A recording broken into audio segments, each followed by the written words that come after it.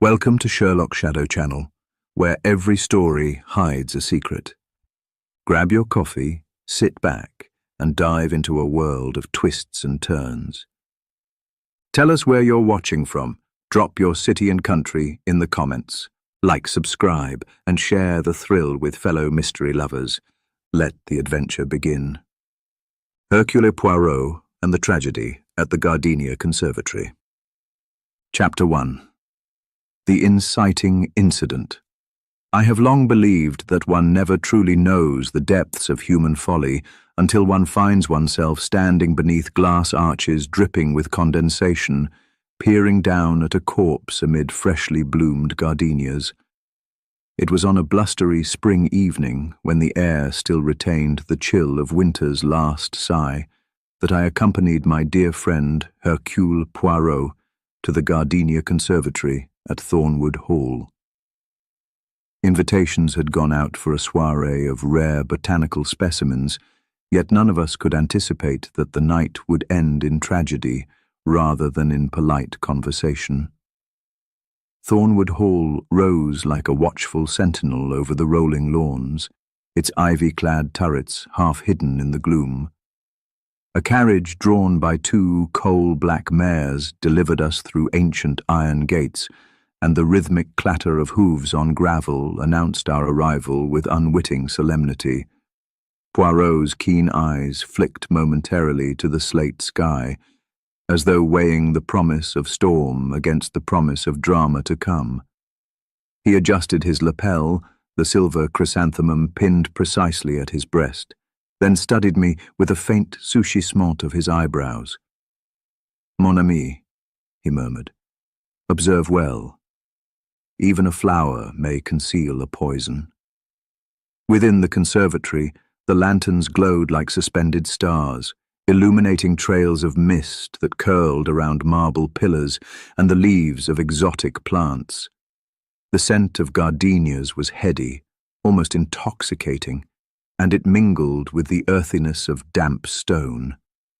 Guests clustered in small groups, Lady Constance Amory, her fingers gloved in silk, murmuring with Sir Lionel Barrington about botanical hybrids, Colonel Marcus Elwood, his chest adorned with medals, inspecting the imported orchids with military precision, and Miss Celia Marlowe, socialite and amateur artist, sketching the scene with a restless intensity. At the far end, beneath a delicate arch of white blooms, knelt Miss Helena Cavendish, Thornwood Hall's resident horticulturist and rising star in the London Horticultural Circle. Her skirt brushed the wet stone as she coaxed a drooping specimen to stand straight, her long chestnut hair falling in soft waves around her slender face. Never have I encountered such devotion to a blossom, yet even as I admired her gentle ministrations, I felt an undercurrent of tension in the air. The hush fractured abruptly when a single lantern flickered and went out, plunging half the conservatory into shadow. Gasps rippled through the assembled company. Poirot glided forward, tiny moustaches bristling, and in a voice as smooth as polished marble said, "A minor contretemps, n'est-ce pas?"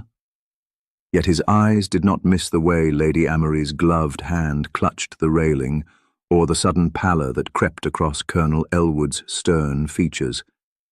Then came the scream, a high, strangled sound that rang off the glass dome overhead. Poirot and I reached the far arch just as Miss Cavendish rose to her feet, her skirts rustling like dry leaves. She stepped back, and there, as though laid gently among the petals, lay Sir Reginald Fawcett, with eyes glazed, face ashen, and a single gardenia pinned to his lapel by a slender silver hairpin. Sir Reginald was a financier of formidable repute, known for his cold acumen and ruthless business dealings. He had, only hours before, announced at dinner that he planned to acquire Thornwood Hall itself for a new botanical venture. Many here had cause to resent him: Lady Amory, whose family seat he threatened; Colonel Elwood, who had lost a substantial sum in one of his ventures; and even Miss Marlowe, rumoured to have been jilted by his nephew. The list of those who might wish him ill was already long. Poirot crouched beside the body, inspecting the hairpin. A curious device, crafted to resemble a gardenia's petals in silver and mother-of-pearl. He tapped it with a manicured finger. Notice, Hastings, how the pin is placed with almost ceremonious care. A token, perhaps, an intentional message. But what does the sender wish us to see? As servants hurried forward, clutching lanterns and calling for the butler, Poirot rose, smoothing his jacket. He surveyed the assembled guests with those piercing eyes of his. Messieurs, Mesdames, I must ask that no one leave this room. We have here not a simple accident, but a crime most deliberate. Murmurs rose among the guests. Colonel Elwood cleared his throat, adjusting the epaulets of his uniform. Lady Amory's lips tightened into a pale line. Miss Marlowe's sketchbook slipped from her trembling hand and fluttered open beside the body, revealing a half-finished drawing of Sir Reginald's smiling face. Poirot moved calmly to each suspect, noting every twitch of the eye and every shallow breath. He caught Miss Cavendish's trembling fingers and the way her gaze flickered toward the shattered glass from the broken lantern. He observed Lady Amory's composure, which seemed almost too deliberate, and the way Colonel Elwood's jaw clenched as though restraining some deeper outrage. I stood by Poirot's side, heart pounding, as he declared, "My friends, what appears at first to be a crime of passion reveals itself as something far more calculated. Let us proceed with the utmost care, and with the firm resolve that truth, like the most delicate bloom, must be coaxed into light." Thus the evening's elegance dissolved, replaced by a charged hush. Under the glass canopy, with gardenias watching in silent witness, the true game began. Chapter 2. The First Clues. I confess, Hastings, that I was ill-prepared for the tangled web we would uncover in that mist-laden conservatory. The hush that followed Poirot's declaration settled over Thornwood Hall like a velvet shroud, and yet beneath it lay the stirrings of a very different kind of music, a cadenced rhythm of suspicion and unspoken dread. As the servants hastened to secure the exits and retrieve Lady Amory's butler from the grand hall, Poirot motioned me away from the cluster of trembling guests and toward the fallen lantern. He inspected the cracked glass with the precision of a watchmaker examining a stray cog. "Observe, mon ami," he whispered, lifting the fragment with gloved fingers. This lantern was extinguished not by chance but by deliberate intent. The culprit wished darkness at this exact moment. He set the broken prism on a nearby marble plinth, then turned his gaze toward the silent assembly. We shall see if they reveal themselves in the light of truth.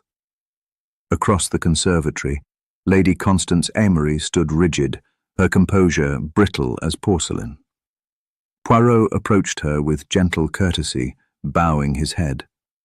"Madame, might I trouble you for your recollection of the moment when the lantern flickered out?"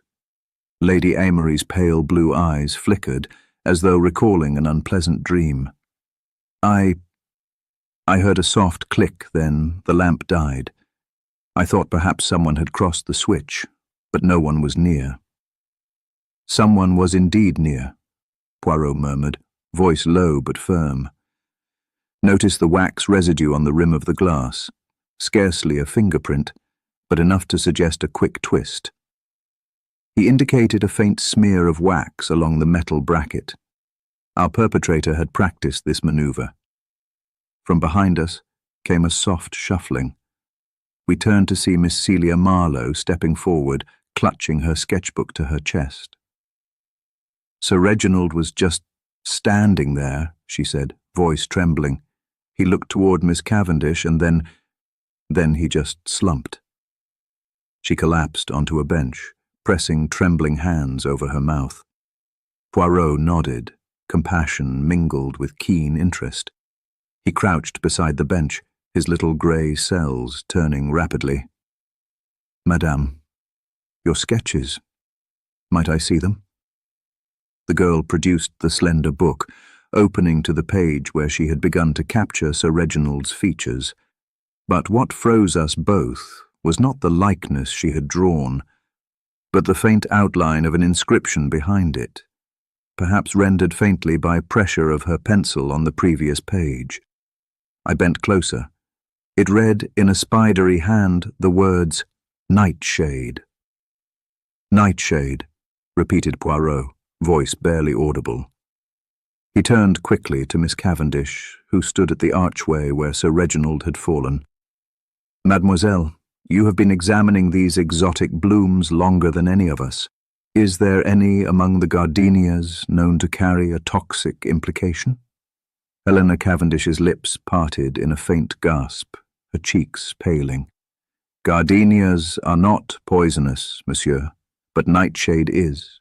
Yet we have none here, unless—" Her gaze darted to a small pot of Solanum jasminoids tucked inconspicuously beside a row of delicate jasmine.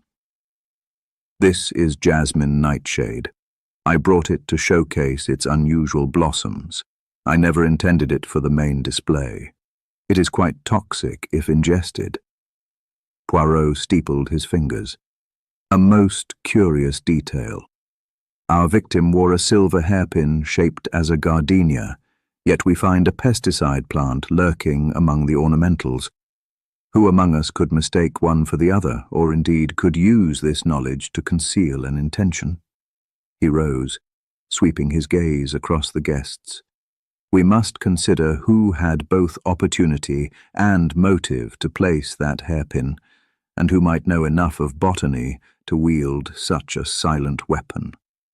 Colonel Elwood cleared his throat, stepping forward. "Surely this is mere coincidence. The hairpin is ornamental. The plant is not part of the exhibit. How does this connect to Sir Reginald's demise?" Poirot turned on him with mild reproach. "Mon colonel, coincidence does not slay a man. Murderers do. Let us not disguise the truth in polite euphemisms." He directed his attention to the butler, who had by then arrived, consternation on his lined face. "Jacobs, did you see who switched off the lantern?" The butler bowed stiffly. "I did not, Monsieur Poirot.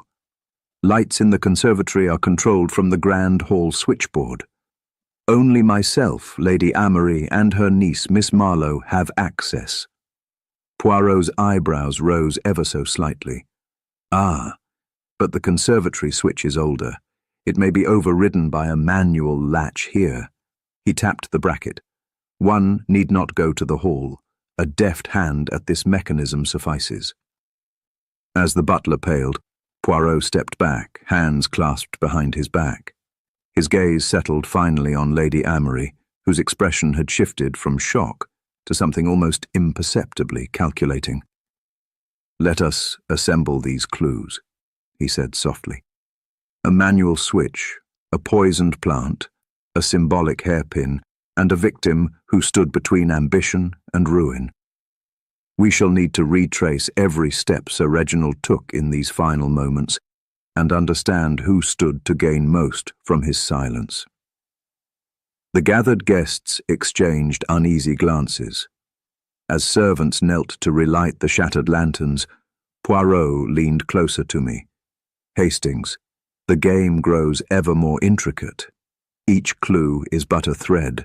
We must weave them into a tapestry of truth before another victim falls." And so, beneath the glass dome, among the soft hum of restoration and the perfumed breath of blooms, the first arrows of suspicion found their marks, and the path to revelation had only just begun. Chapter 3. The Gathering of Suspects.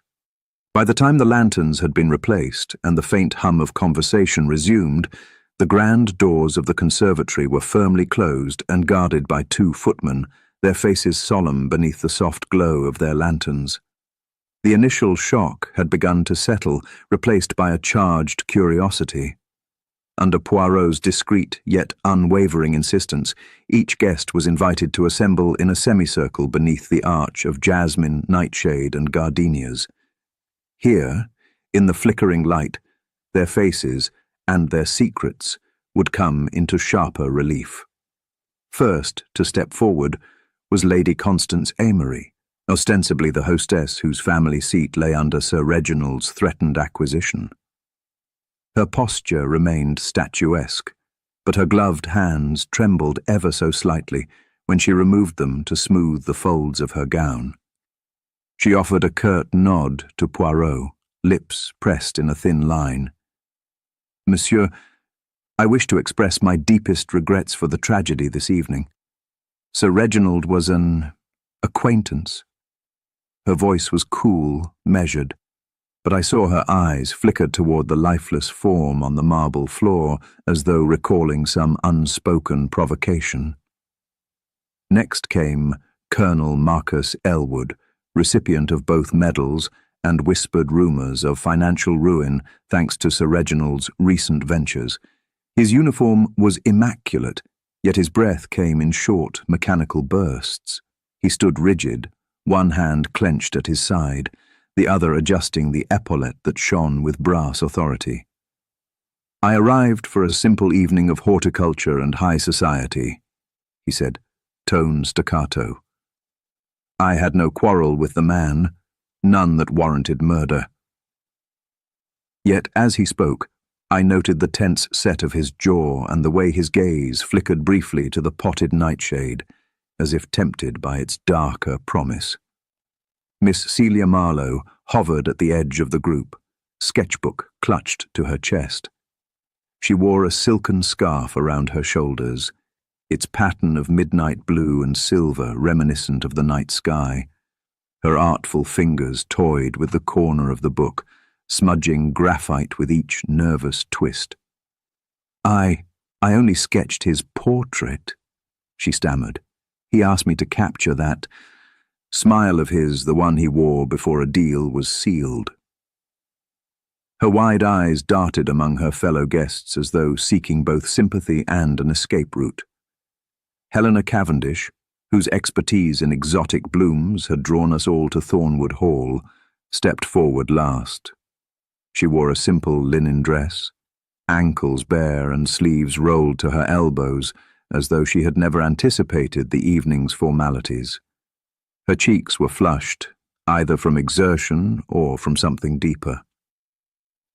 "I brought the jasmine nightshade to display its unusual flowers," she confessed, voice soft yet firm. "I never imagined it would be used as a weapon." She straightened, chin lifted in defiance, and I sensed a fierce pride beneath her outward gentleness. Poirot raised a slender finger to summon silence. "Mesdames et messieurs, I thank you for your patience. It is necessary that we understand not only who you are, but why you came to this conservatory tonight." He paused, eyes alighting on each in turn. "You see, this gathering is not merely social, it is a convergence of conflicting desires, and among you stands one who saw in Sir Reginald's presence an opportunity too tempting to ignore." He turned to Lady Amory first. "Madame, you stand to lose Thornwood Hall if Mr. Fawcett's plans proceed. You have the motive to resist his acquisition, yet you maintain that you held only polite regard." She inclined her head, but provided no further comment, the tension in her slender throat betraying her. Poirot then addressed Colonel Elwood. "Colonel, your investments suffered, we are told, under Sir Reginald's direction. Yet you assert you bear him no ill will." The Colonel's hand twitched at his side, and he swallowed before replying. "Financial mistakes were my own, monsieur. Blame lies with me alone." His voice wavered imperceptibly, as though he spoke against a deeper desire. Miss Marlowe received the detective's scrutiny next. Miss, you captured Sir Reginald's likeness immediately before his fall. Was this simply polite commission, or, dare I ask, was there some further reason for you to study his form in such detail? Her cheeks flushed deeper, and she bit her lower lip. He paid handsomely for the sketch, she admitted. I wished to secure my career, nothing more. Yet the defensiveness in her tone hinted at a more complex motive. Finally, Poirot addressed Helena. Mademoiselle Cavendish, you introduced the toxic plant to tonight's exhibition. Only someone well-versed in botany would know its potency. You profess innocence, yet your expertise could have been misused. Helena's eyes misted, but she squared her shoulders. My passion is for the beauty of plants, not their destruction. I have no wish to harm a man who, at worst, would have purchased my collection. Poirot folded his hands behind his back and surveyed the assemblage. We have motive aplenty, preservation of heritage, retribution for losses, ambition for gain, fear of wrecked careers, and knowledge of deadly flora. Yet none of these suffice alone. We must delve into the tangled skein of relationships that bind you. He signaled to the butler, who produced a ledger from a velvet-lined case. This, mes amis, is Sir Reginald's personal guest register, a testament to every soul he invited tonight, with notes on his impressions. We shall examine the entries and the whispered margins.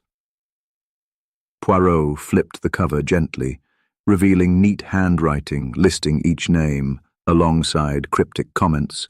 Lady Amory, stiff, polite, but worried. Colonel Elwood, military bearing, chafed. Miss Marlowe, eager, sketchy interest. Helena Cavendish, enthusiastic, curious hand. A murmur rippled through the group.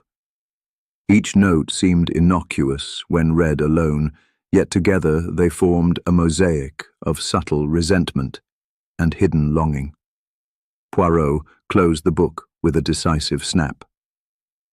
We shall next inspect the scene of the crime in finer detail, and you will each remain present, for your reactions are as telling as your words. The truth, dear Hastings, lies not only in what was done, but in how it was perceived by those who stand before us. As the guests exchanged strained glances, I felt the weight of secrets pressing in on every side. In that moment, the gardenia-scented air seemed charged, as though the very plants themselves leaned in to witness the probing of hearts. And beneath the steady gaze of Hercule Poirot, the gathering of suspects took on the quality of a living portrait, each figure poised, each motive lurking beneath the surface, awaiting the deft stroke of revelation. Chapter 4. Poirot arrives. The sudden gravity with which Poirot assumed command of the scene was nothing short of theatrical. One moment he stood among the assembled suspects, a figure of refined poise. The next, he swept to the center of the conservatory, hands clasped behind his back, moustaches bristling with purpose. With a single deliberate motion, he signaled for silence. The footmen stilled like sentinels, and even the gardenias seemed to falter in their delicate bloom, as though awaiting the verdict of the great Belgian detective. Mesdames et messieurs, Poirot began, his voice calm yet resonant beneath the glass dome. Permit me to clarify the affair at hand. We have witnessed the untimely end of Sir Reginald Fawcett, a man of considerable influence, and, I might add, considerable controversy. There exists an official account that he collapsed upon hearing news most distressing. I, however, find this explanation wanting. He glided toward the marble plinth where the broken lantern lay. With the gentlest of touches, he rolled the glass fragment into his palm and held it aloft. Here we have the instrument of darkness, a broken lamp, though no lamp should lie broken among such pristine blooms. Why, I ask, would a murderer bother to break a lamp only to leave it be. No, the perpetrator wished darkness momentarily, and then wished light restored. Such caution, such contradiction. Poirot turned, eyes blazing, to Colonel Elwood. "Colonel, you informed us you heard a click before the lamp died, yet your testimony omits what you did thereafter." The Colonel's stiff posture wavered. "I remained still, monsieur. I had no wish to draw attention." Poirot nodded, but that nod contained the weight of many unspoken observations. He proceeded down the line of suspects, his gaze stopping longest on Lady Amory. "Madame, you are mistress of these grounds. You know well every panel, every latch. You had both motive and means to darken the room."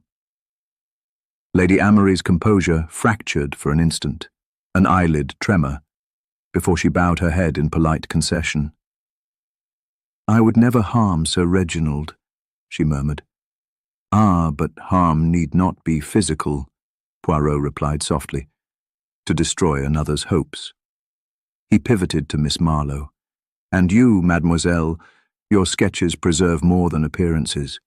You press pencil so vigorously that secrets from previous pages imprint themselves. You have seen, have you not, things you were never meant to see?" Her cheeks flamed as she clutched the sketchbook to her breast. Finally, Poirot faced Helena Cavendish, the Blooms' devoted curator. "Mademoiselle, you introduced the solanum to this collection. You know its poison. You tend plants with tender care, yet you also know how to snuff the breath from a man." Helena's voice wept through her composure. "Monsieur, I loved these plants, not men." Yet in her eyes lay a knowledge both bitter and complex. Poirot raised a gloved hand. "Let us, then, reconstruct the precise order of events. We shall begin with Sir Reginald's last steps." He beckoned to me, Hastings, and I stepped forward. In a low voice, Poirot instructed me to recite from Sir Reginald's own notes, the ledger entry describing his evening's intentions. I read aloud: "To inspect the Jasmine hybrid at 8, confer with Miss Cavendish at 8:30, then meet Lady Amory at 9 regarding estate matters." "Notice," Poirot said, "that Sir Reginald had no intention of speaking to Colonel Elwood or Miss Marlowe this evening, yet both were present and positioned to greet him. The arrangement suggests premeditation." He gestured to a cluster of footprints in the wet limestone dust. "The prints lead from the Jasmine display to Sir Reginald's position, but they do not return. Who approached him, and who departed unseen?" At that moment, a gust of wind rattled the conservatory's outer doors, and a fresh lantern flickered overhead. Poirot pointed to its glow. "See, mes amis, how swiftly light is restored when it serves our purposes. The murderer craved only a moment's darkness, just long enough to strike, and then recoiled at the thought of permanence." He beckoned Lady Amory forward and asked her to demonstrate the manual latch she used to darken the lantern. With reluctant precision, she lifted the bracket and clicked it shut. Poirot eyed her coolly. A delicate twist, easily mastered by a practiced hand. Then, turning to us all, he remarked, "I believe our culprit rehearsed this movement many times over." As Lady Amory stepped back, Poirot examined her gloves for wax residue. He found none. "Interesting," he murmured. He then prompted Colonel Elwood to attempt the same motion. The Colonel's brash twist sent the lantern swinging, and a shard of glass clattered to the floor. "Too heavy-handed," Poirot observed. "One must move with silent subtlety." Miss Marlowe and Miss Cavendish followed, each attempting the latch under Poirot's watchful gaze. Marlowe's sketching hand brushed the switch too brusquely, leaving smudges of graphite upon the metal.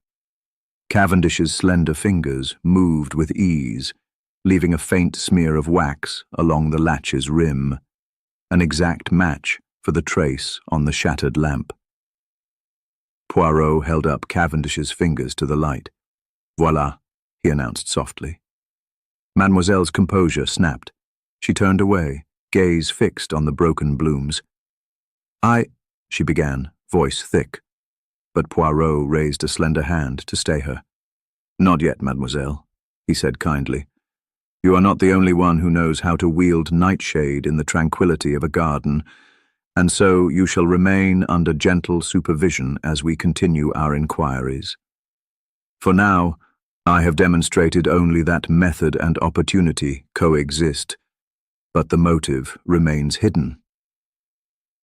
He swept his gaze across the group, each face registering a new tension. "Rest assured, dear friends, that no one present shall depart this conservatory until I have unraveled the threads of deception." With that pronouncement, he straightened, mustaches bristling, and turned toward the path that led deeper into Thornwood Hall. I followed at his elbow, heart pounding with anticipation. Behind us, the group watched, some with suspicion, others with relief. Yet none could guess how far Poirot would penetrate their secrets before the night was through. Chapter 5. Initial interviews begin. The drawing room beyond the conservatory was at once sumptuous and silent, heavy draperies muffling the wind's murmur and thick carpets softening our footsteps. Poirot had arranged the chairs in a quiet semicircle beneath a grand portrait of Thornwood Hall's original owner. He bade each suspect to be seated in turn, beginning our round of individual interviews. I took up my post at the threshold, prepared to observe both the questions and the answers, and, more importantly, the silences between them. Lady Constance Amory was the first to sit.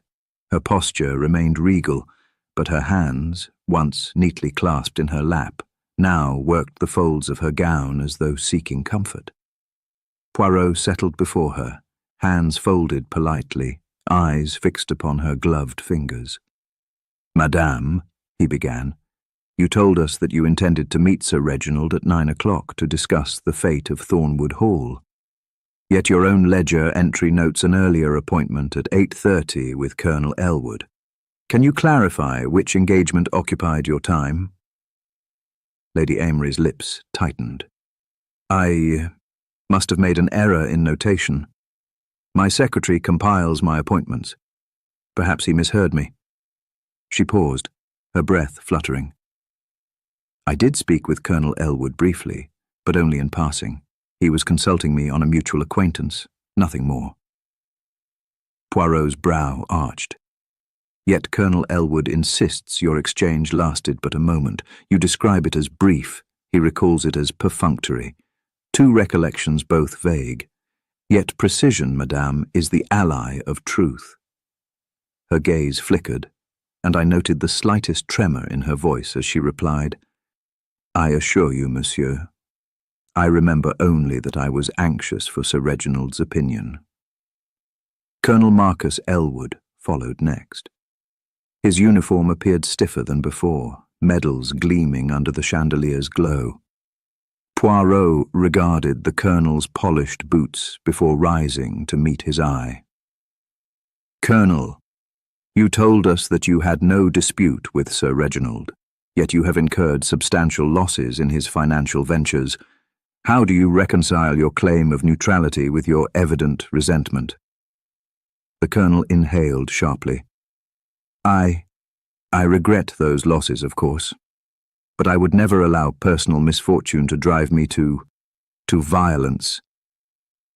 He leaned forward, voice clipped. "Sir Reginald was, after all, a man of business. One must expect risk." Poirot nodded, then pressed further. "Risk, yes. But risk and revenge are not synonymous. Did you see Sir Reginald speak with Miss Cavendish shortly before the incident?" The colonel's eyes darkened. "I did observe them." He admired her new hybrid. He spoke with genuine enthusiasm. He glanced away, voice softer. I thought it envious. Her creation overshadowed his own imported specimens. Poirot allowed the word envious to linger, then dismissed the colonel with courteous thanks. Miss Celia Marlowe entered next, clutching her sketchbook like a talisman. As she sat, the pages fanned open to her half-finished portrait of Sir Reginald. Poirot inclined his head toward the drawing. Mademoiselle, this rendering captures more than mere likeness. There is tension in his jaw, weariness in his eyes. What prompted you to focus on these features? Her cheeks burned. He paid me extra to capture the nuances.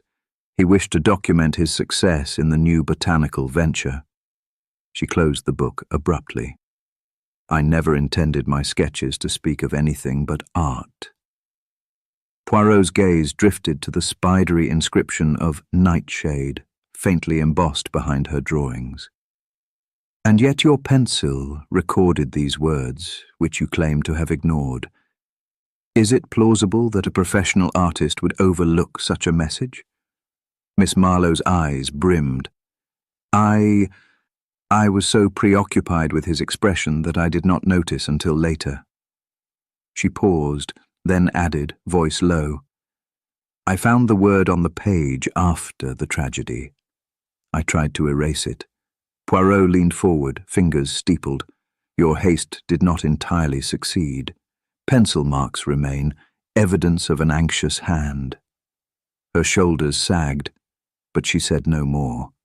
Helena Cavendish entered last, carrying a small sample of fresh jasmine nightshade blossoms in a glass vial.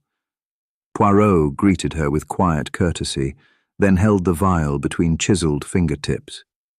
Mademoiselle, these specimens are indeed exquisite and deadly. Did you ever fear that Sir Reginald's interest might extend beyond mere admiration? Helena's calm facade wavered. I did not anticipate that any gentleman would sip tea in this room, let alone taste of my plants. The conservatory is strictly off-limits to refreshments. She swallowed. I only brought the vial to show Dr. Fenwick, a visiting botanist who will arrive tomorrow. Poirot's small eyes glinted. A plausible explanation. Were Dr. Fenwick's credentials recorded in your notes? She produced a slender notebook, opening to an entry in her precise hand. Dr. Adrian Fenwick, visit July 15th, 7 p.m., to examine Solanum jasminoids. Poirot tapped the date. July 15th, a curious coincidence that he arrives tomorrow, yet his name is already in your notes. Did you anticipate an inquiry tonight? Helena's hands fluttered as she closed the book. I maintain meticulous records of all my exhibits. One cannot be too careful. Poirot rose and smiled gently at her. Indeed, mademoiselle, yet we have already seen that the most careful among us can overlook the slightest crack. He pocketed the vial. As the interviews concluded, Poirot beckoned me closer. Hastings, observe well. Each of our guests has offered plausible denials, yet each reveals inconsistencies in chronology, motivation, or attention to detail. It is in these contradictions that the murderer's identity will be found. He straightened his jacket, brushing an errant speck of graphite from his sleeve. Now, he said, let us proceed to the next phase, where action speaks louder than words. I followed him toward the door leading back to the conservatory, heart pounding with anticipation. Beneath the hush of drapes and the soft scent of nightshade, the seeds of truth had been sown, yet the bloom of revelation remained yet to flower. Chapter 6. First false lead. The morning after Sir Reginald's death dawned with an unnerving stillness. Frost clung to the glass panes of the conservatory, and the once vibrant blooms sagged under a crystalline coating. While the household staff busied themselves with restoring order, the local inspector, Mr. Granger, arrived to assume formal charge of the inquiry. He was a bluff man of considerable confidence, convinced that the scandal would soon be closed. By mid-morning, he believed he had his culprit. In the library, its oak panels smelling of dust and ink, Inspector Granger stood behind a polished table, arrayed upon it the evidence he deemed incontrovertible. A teacup bearing Colonel Elwood's fingerprints lay beside a hastily scrawled note, its ink smeared by a tear. The note, addressed simply to Reginald, read, "Your treachery will cost more than your fortune. Beware the nightshade's kiss." The inspector tapped the note. This threat, written in a hand matching Colonel Elwood's, combined with his known losses, supplies motive and intention. Furthermore, here, he said, lifting the teacup, we have trace amounts of solanine, the toxin from Jasmine Nightshade, detected by Dr. Fenwick in Sir Reginald's wine glass. He turned to Colonel Elwood, seated with manacles quietly pinning his wrists. "Colonel, you were the last to handle this cup before it reached Sir Reginald. You placed it on the marble plinth yourself." Elwood's face had drained of colour. He pressed his lips together, jaw tense. "I only offered him tea, Inspector. I would never wager a man's life for revenge." Granger waved away the protest. "Your fingerprints, your handwriting, and your resentment. This case is closed." He signalled 2 constables to lead Elwood away. The assembled household gasped. Even Lady Amory's lips parted in a faint exhalation of relief. Poirot, however, remained quietly unmoved. Standing to one side, he observed the inspector's triumph with a patient detachment. When the door clicked shut behind the colonel, he turned to me, moustaches twitching. "Hastings, observe how easily we fall prey to the obvious. Yet in crime, more than in any other matter, what is obvious is rarely the truth." I nodded, heart pounding as we crossed to the evidence table. Poirot picked up the note, handling it with delicate gloves. He studied the ink's uneven edges, then smelled it as though testing a fine wine. "Notice, Hastings, that the ink here is a diluted sepia used by none other than Lady Amory's secretary. Colonel Elwood favours a deep ebony ink. This sepia would scarcely be found on his person." Inspector Granger harumphed. "Monsieur Poirot, the detective's instinct doesn't supersede physical evidence. We have a confession in all but words." Poirot replaced the note gently and turned to the teacup. He traced a finger along its rim, then held it to the light.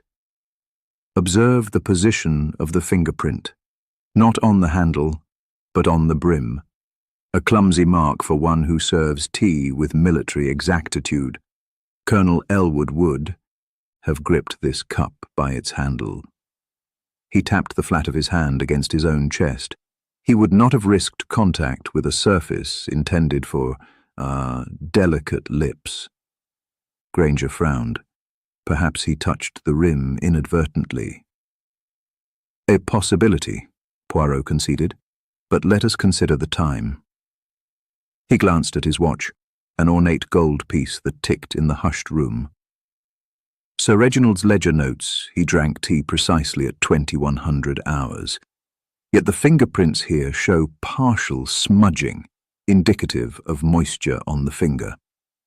Colonel Elwood had washed his hands after handling plants in the conservatory at 9:30, before our interviews began.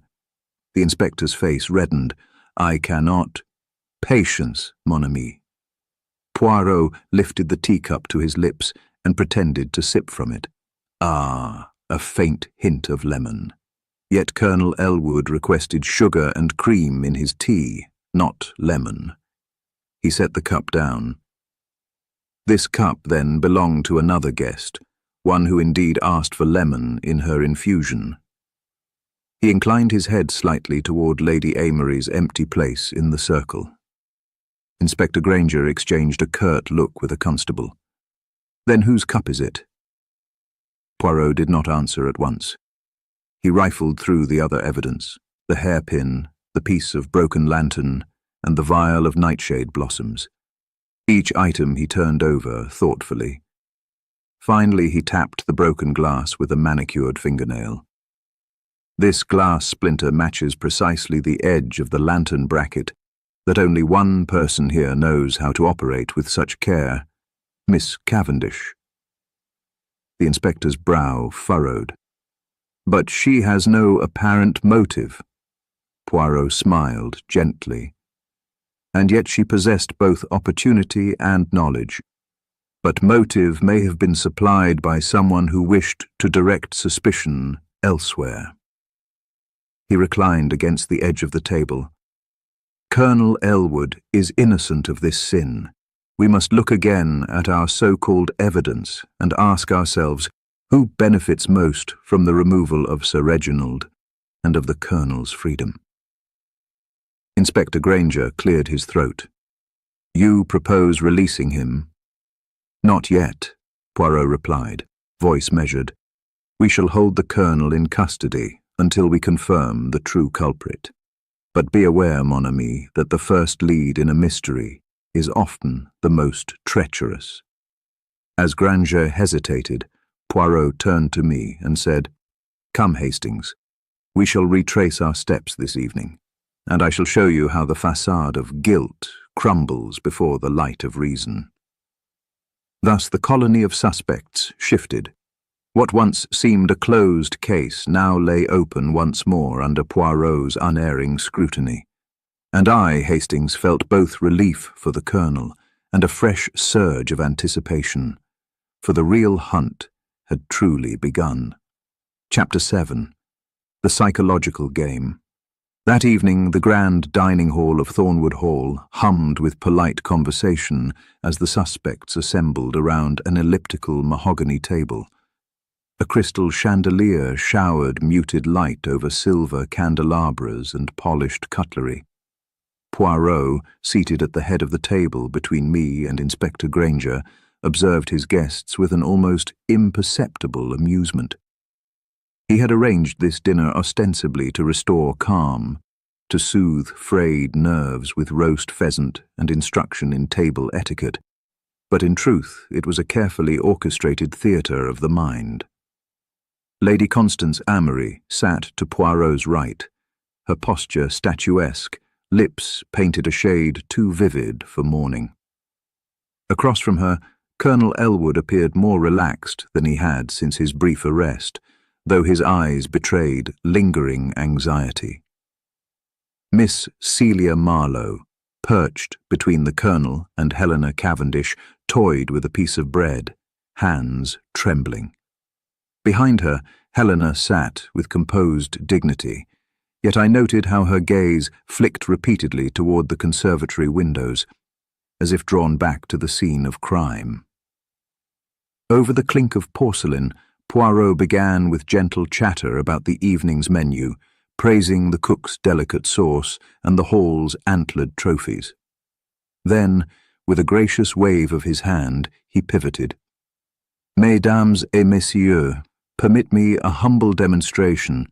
The human heart, like a fine garden, reveals its secrets when pricked in the right place. He turned to Lady Amory. Madame, you spoke earlier of your anxiety regarding Thornwood Hall's fate. Yet this estate has stood for centuries. Have you ever considered that even in the presence of ruin, one might find unexpected opportunity? Lady Amory's brow furrowed, and she set down her fork with a delicate clatter. Opportunity? She echoed, voice cool. I have only wished to preserve my family's legacy, monsieur. Poirot nodded slowly, his gaze unwavering. Ah, but legacy can become a burden. Some burdens one might wish to transfer. He sipped his wine, studs of ice glinting in the glass. Were you by any chance relieved when you learned that Sir Reginald might remove this obligation from your shoulders? A flicker of irritation crossed her eyes. She drew a steadying breath. Relief, yes, in the sense that I could breathe easier. But relief is not the same as malice. She lowered her gaze to her plate, stirring the sauce as though seeking an escape route. Poirot turned to Colonel Elwood, voice softened. Colonel, earlier you admitted to envy at Sir Reginald's admiration for Miss Cavendish's hybrids. But envy is a bitter root. Have you ever felt that envy might grow into something more decisive? The Colonel's shoulders stiffened. He swallowed, then said, Envy does not kill, monsieur. It only blinds. Poirot's small smile was sympathetic. True, yet blindness can cause a man to walk straight into another's path. Miss Marlowe, who had been silent until now, shifted in her chair. Poirot extended a courteous invitation. Mademoiselle, your sketches captured Sir Reginald's expression as he admired the blooms, yet your drawing also preserved that inscrutable word, nightshade, pressed so deeply that it marked the vellum beneath. Tell me, were you unaware of its presence, or did you choose to look away? Her cheeks flamed scarlet. She opened her mouth, closed it again, and finally whispered, I did not wish to believe it meant anything. Poirot's eyes glittered. Ah, but to deny possibility is to embrace the impossible. All at once, Miss Marlowe's composure cracked. Her hand flew to her throat, as if warding off an invisible threat. The breadstick she nibbled dropped to the floor with a quiet tap. Monsieur, she began, voice trembling. Poirot raised a single finger to pause her. Patience, mademoiselle. We are not yet finished. She pressed her hands to her temples, breathing rapidly, as though a hidden weight bore down upon her. Helena Cavendish leaned forward then, voice steady. Monsieur Poirot, we might all be so shaken by table talk. May we proceed with dinner? Poirot inclined his head gracefully. Bien sûr, but first I ask you all to consider a simple question. If one wished to send a message, a silent token, what message might one send with a gardenia hairpin pinned to a corpse? He let the question hang, eyes sweeping the table. Lady Amory drew in a breath. Colonel Elwood's knuckles whitened around his napkin. Miss Marlowe's gaze darted to Helena, who returned it with a calm intensity. Poirot cut a slice of pheasant and fed it to me, then watched as I chewed. You see, he murmured, the gardenia symbolizes innocence, purity, even love, and yet here it adorns a murdered man. He winked at me, then set his fork down. Such contradiction, Hastings, is the heart of misdirection. The message was meant to confuse, perhaps to implicate one who embodies purity. He tapped the table. Which of us bears the greatest reputation for innocence? Before I could answer, Miss Marlowe's hand shot up, then withdrew as though burned. She looked toward Lady Amory, voice low and urgent. Why would you— But the words died on her lips. Lady Amory, her eyes as cold as porcelain, simply inclined her head, half-smile playing on her lips. Helena frowned and exchanged a quick glance with Colonel Elwood. Poirot rose then, using his napkin to smooth his jacket. I believe our little experiment has borne fruit. Each of you has revealed more than you intended, through choice of words, hesitation, or glance. Emotion is a treacherous accomplice to deception. He patted the table. Let us pause our repast here. You will return, in turn, to the conservatory at midnight. There I shall share a demonstration that may force a confession or consign an innocent to silence. He swept an elegant bow, and the guests, unsettled yet compelled, rose as one. As they departed, I saw Miss Marlowe's hands trembling more violently, Helena's jaw clenched in silent resolve, and Lady Amory's pale face composed into a perfect mask. The psychological game had begun, and the pieces were moving inexorably toward their appointed places. Chapter 8. A Secondary Mystery. Midnight found Thornwood Hall's corridors whisper quiet, lit by a few solitary lamps whose golden glow did little to dispel the shadows. Poirot, with his ever-pristine white gloves and impeccable poise, led the assembled suspects back through the grand hall and into the conservatory. The gardenias were still, their petals gleaming with dew, and the jasmine nightshade seemed to brood in the corners. A tension hung in the air, as thick as the mist, clinging to the glass. But before Poirot could begin his demonstration, a piercing cry echoed through the hall. We all turned as a footman burst into the conservatory, pale and wide-eyed. "Monsieur Poirot, there is another matter. The will of Sir Reginald Fawcett has been removed from the library, the safe is open, and the document is gone." A hush fell. Poirot's moustaches twitched imperceptibly. "So another secret seeks the light," he murmured. He turned to the footman. "What time was the safe opened?" "Shortly after 10, the young man stammered. "I passed by on my rounds, thought to replace a burned-out bulb, and saw the door ajar." Poirot's gaze swept the group.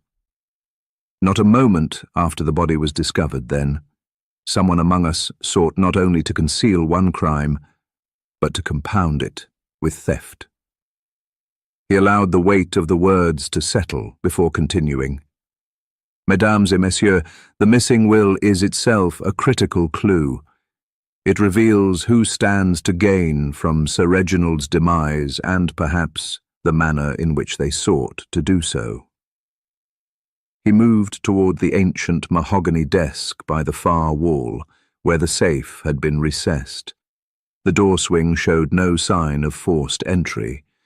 Its combination lock must have been manipulated by someone who knew Sir Reginald's habits. Poirot tapped the safe's wood veneer. Notice how the lock is set to silence. A quiet trip mechanism. One need not know the exact combination, merely to replicate Sir Reginald's habitual motions. He turned to Lady Amory. "Madame, you have known these halls your entire life. Have you ever seen Sir Reginald open this safe?"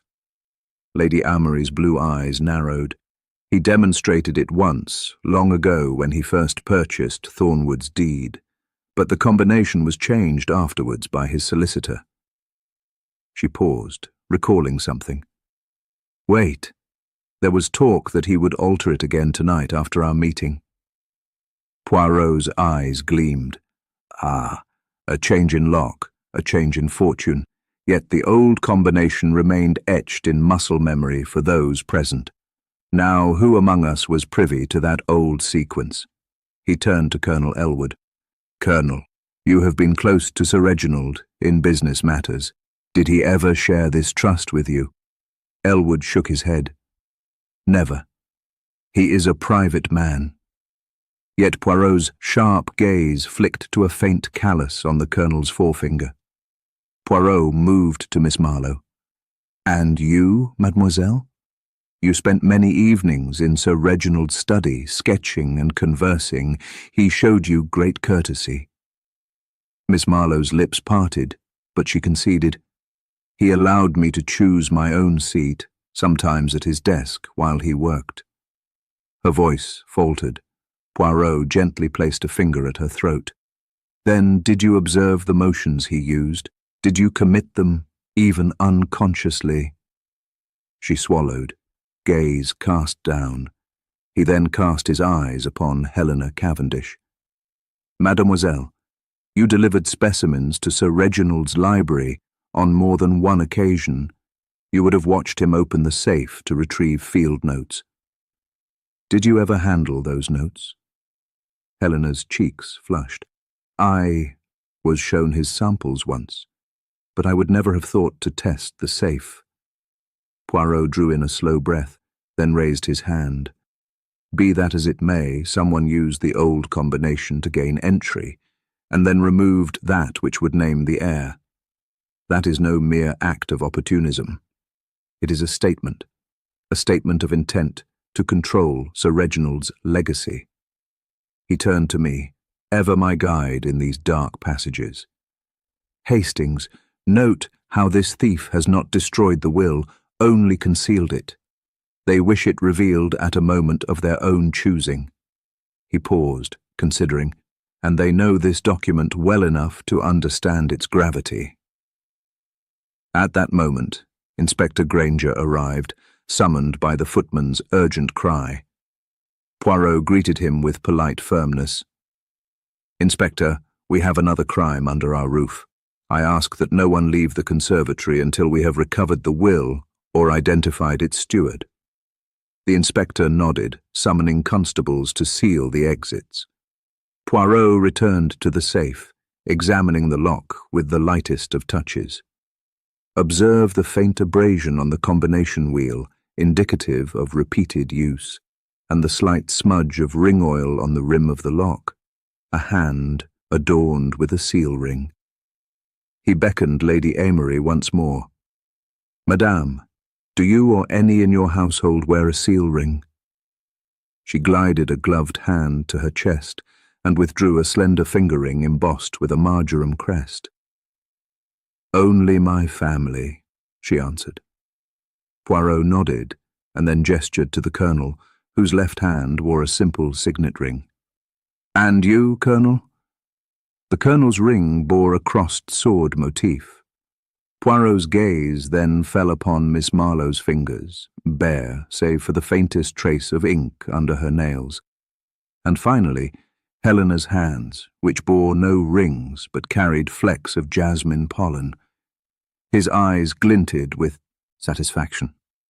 "Our thief, it seems, is one who wears no ring, but whose presence is marked by the dust of exotic blossoms." A collective gasp rose from the group. Poirot rose, voice ringing clear. "We have our secondary mystery laid before us, my friends. It is now time to uncover which among you sought not only to remove a life, but to rewrite its testament." And so beneath the glass dome once more the game deepened, a missing will, a silent lock, and the faint scent of nightshade guiding us toward truths still veiled in shadow. Chapter 9. Hidden Connections.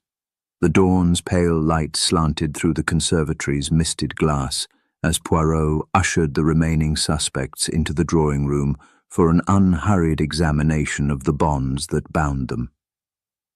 The previous night's secondary mystery still pulsed in the air, the missing will a fresh wound alongside Sir Reginald's death.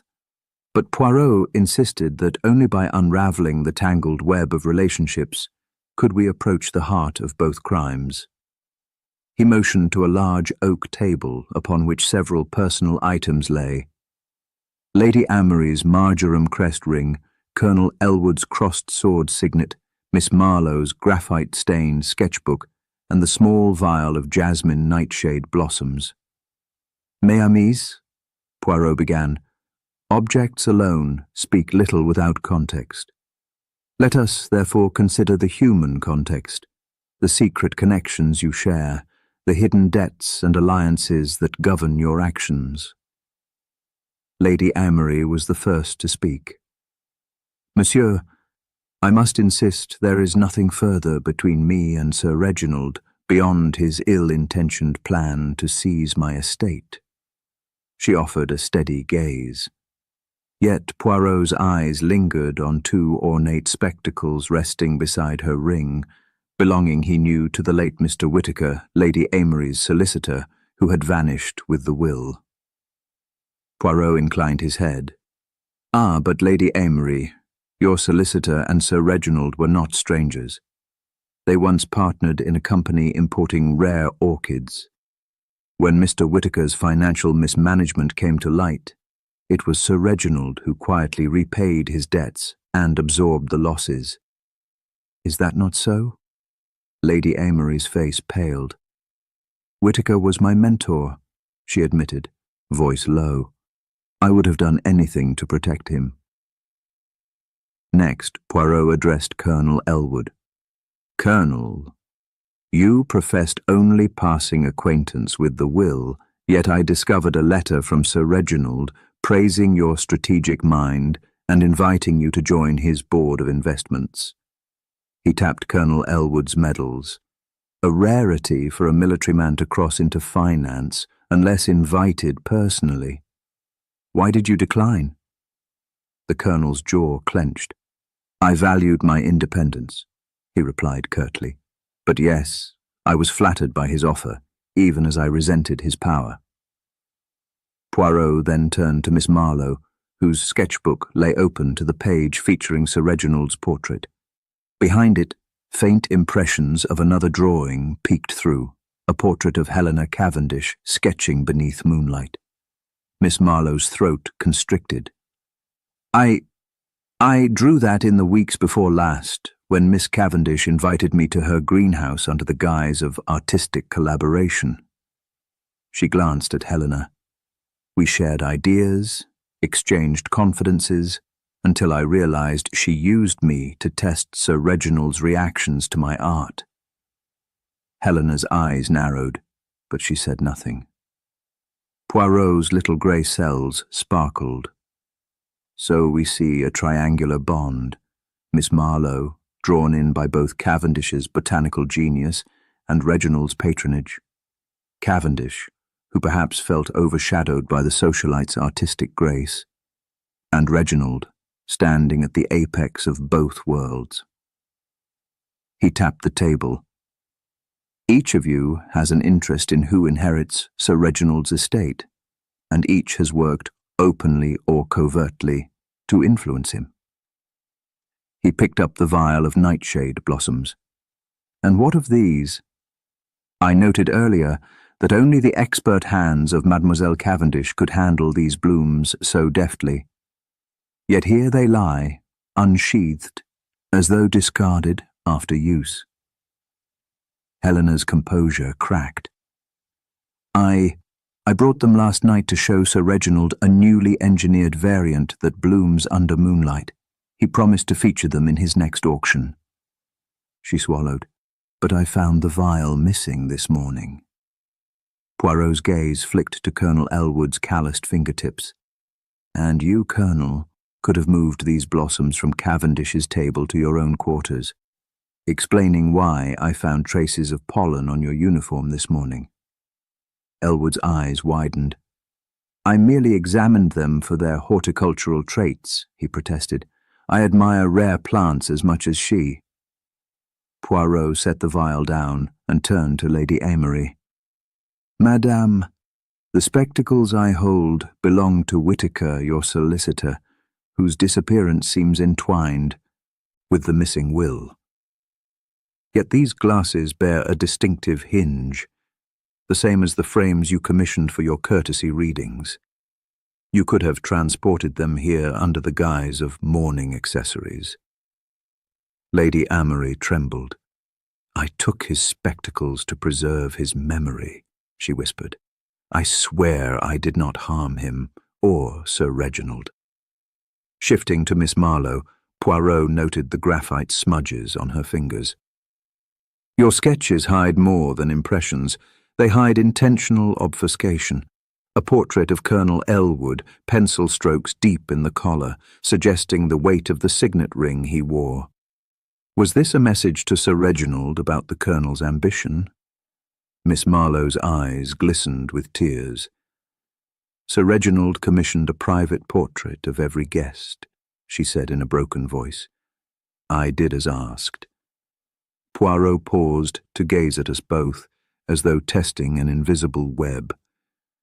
We find that beyond the surface ties, friendship, patronage, envy, deeper currents bound you. Financial debts concealed in whispered ledgers, professional ambitions masked by polite conversation, personal loyalties that shift like desert sands. These hidden connections, mes amis, are the lifeblood of motive. He folded his hands behind his back and swept his gaze across the room. Tonight, we shall gather in the conservatory once more, not to confront one another, but to witness evidence that cannot lie. For in the end, the threads of loyalty and betrayal will converge, and only one design will be revealed. As he led us back through the echoing corridors toward the glass-domed heart of Thornwood Hall, I felt the weight of every unspoken alliance and every clandestine debt pressing upon us. In the quiet gloom, the gardenias sighed, as though urging the secrets into bloom. Chapter 10. Poirot's Secret Clue. The conservatory at midnight felt transformed, its grandeur hushed as if holding its breath. Lanterns were dimmed to half their glow, casting wavering shadows across the marble floor and tangled vines. Poirot stood beneath the central arch, his moustaches perfectly still, while the suspects formed a tense semicircle before him. Even the night-blooming jasmine seemed to lean nearer, drawn by the promise of revelation. "Mesdames et messieurs," Poirot began softly, "until now I have shared with you what the evidence plainly revealed.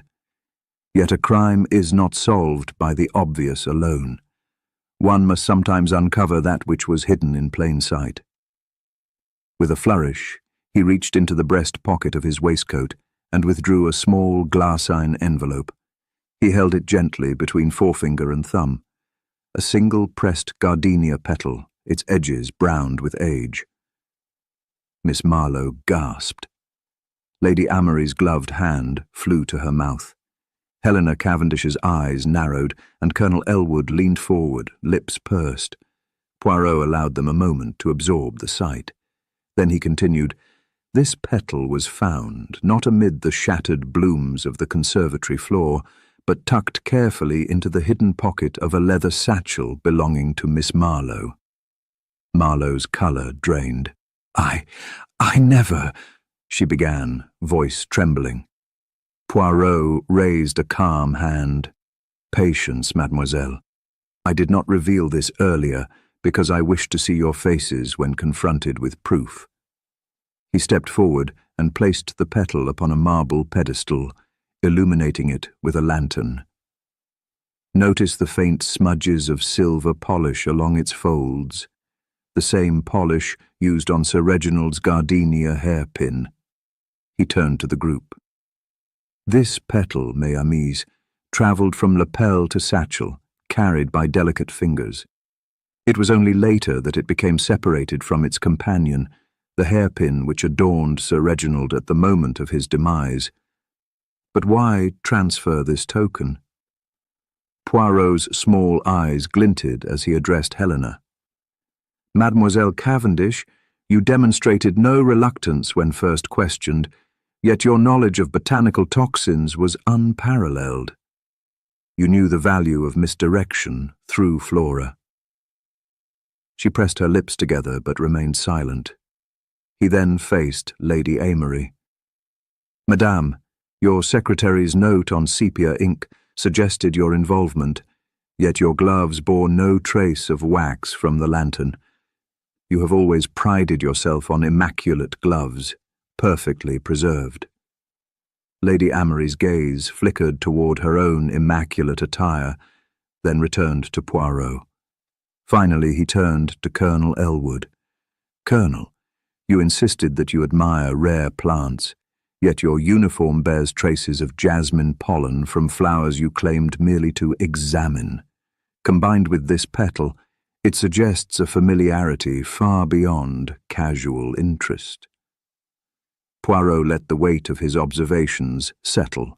Then, in a quieter tone intended only for Hastings, he said, "Hastings, note how each of our suspects has a plausible defense, one that, if true, would make them innocent of planting this petal. And yet, the petal's very existence confirms that someone wished us to find it here. It is a deliberate clue, a message from the murderer." He raised his voice again. "A message intended not to reveal, but to mislead. For who among you would most benefit from casting suspicion elsewhere?" The careful hand that pocketed this bloom knew that its discovery would shift distrust onto another. His gaze scanned the group, lingering on each face in turn. Miss Marlowe swallowed audibly. Poirot stepped closer and asked softly, "Mademoiselle, did you hope we would believe you carried an innocent reminder of shared admiration for Sir Reginald's botanical passion?" She closed her eyes for a moment, then nodded faintly. I thought it might preserve his memory." Poirot inclined his head. "Ah, but memory does not murder, mademoiselle. Action does." He paused, then examined the petal again. Noticed, too, the microscopic fibers adhering to its surface, golden threads from a single glove lining. I compared them with samples from Lady Amory's silk gloves and found no match. The lining belongs to none but one. He held the petal aloft, and the lantern reflected off his cufflink. "Miss, Marlowe's gloves are lined in blue silk, Colonel Elwood's in coarse wool, Lady Amory's in ivory satin. This lining is cream linen, of the type provided to residents of Thornwood's guest rooms." A whisper rippled through the circle. Helena Cavendish's composure cracked. That is the lining of the gloves I left in my room while I attended to the conservatory last evening." She swallowed hard. Poirot nodded. "Indeed. But why would you place your gloves here and then transfer this petal? To what end?" Helena's lips trembled. "I did not wish to lose the blossoms themselves. I planned to press them for my research." Poirot allowed a gentle smile. "And yet you pressed only a single petal, the one that matched Sir Reginald's hairpin, pinpointing him as both victim and symbol." He folded his arms.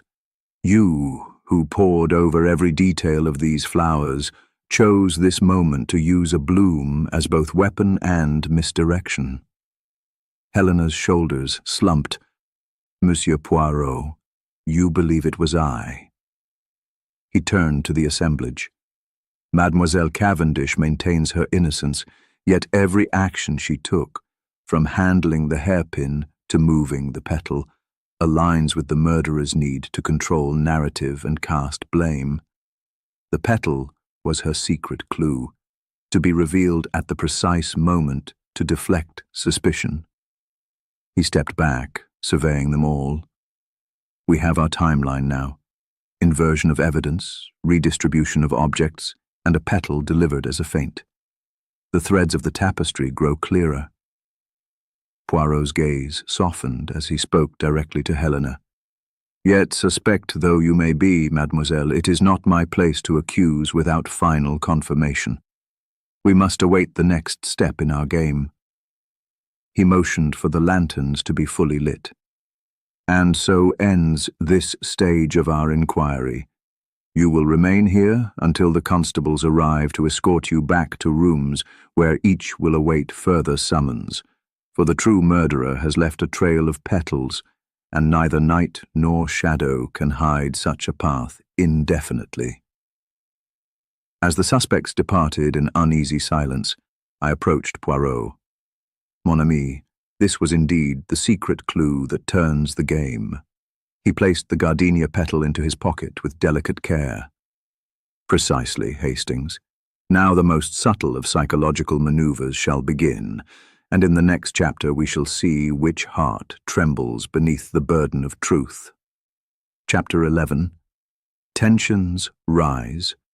Morning light filtered weakly through the tall sash windows of the library, lending the room a pallid, uneasy glow. The suspects had been instructed to remain within Thornwood Hall until further notice, yet each bore the marks of restless nights. Dark shadows beneath tired eyes, stiff shoulders, and voices edged with fatigue.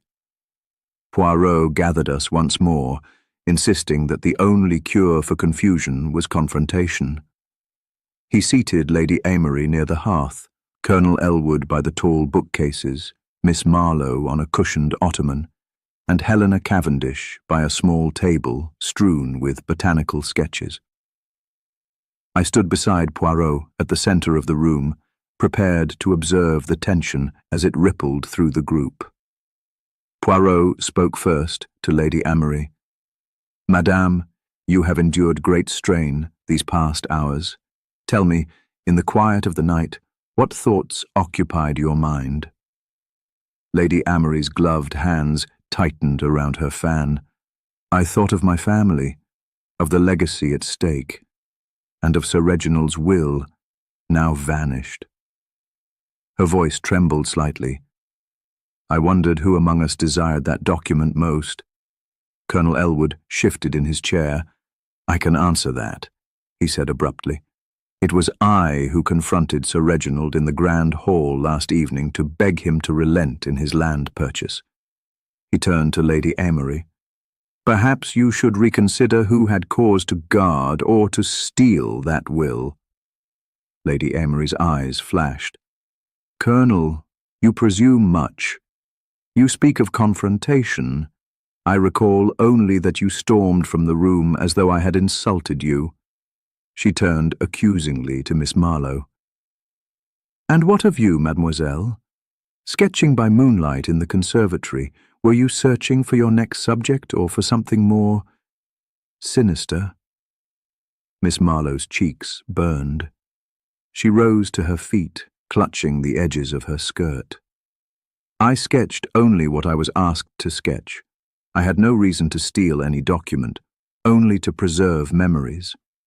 Her voice cracked, and she sank back onto the ottoman. "Stop blaming me for every misfortune." Helena Cavendish leaned forward, eyes cold. "Memories, yes, but your pencil left more than graphite on the pages. It left impressions of nightshade and portraits that hinted at alliances. You played us all." Miss Marlowe's breath caught. But Poirot raised a slender finger.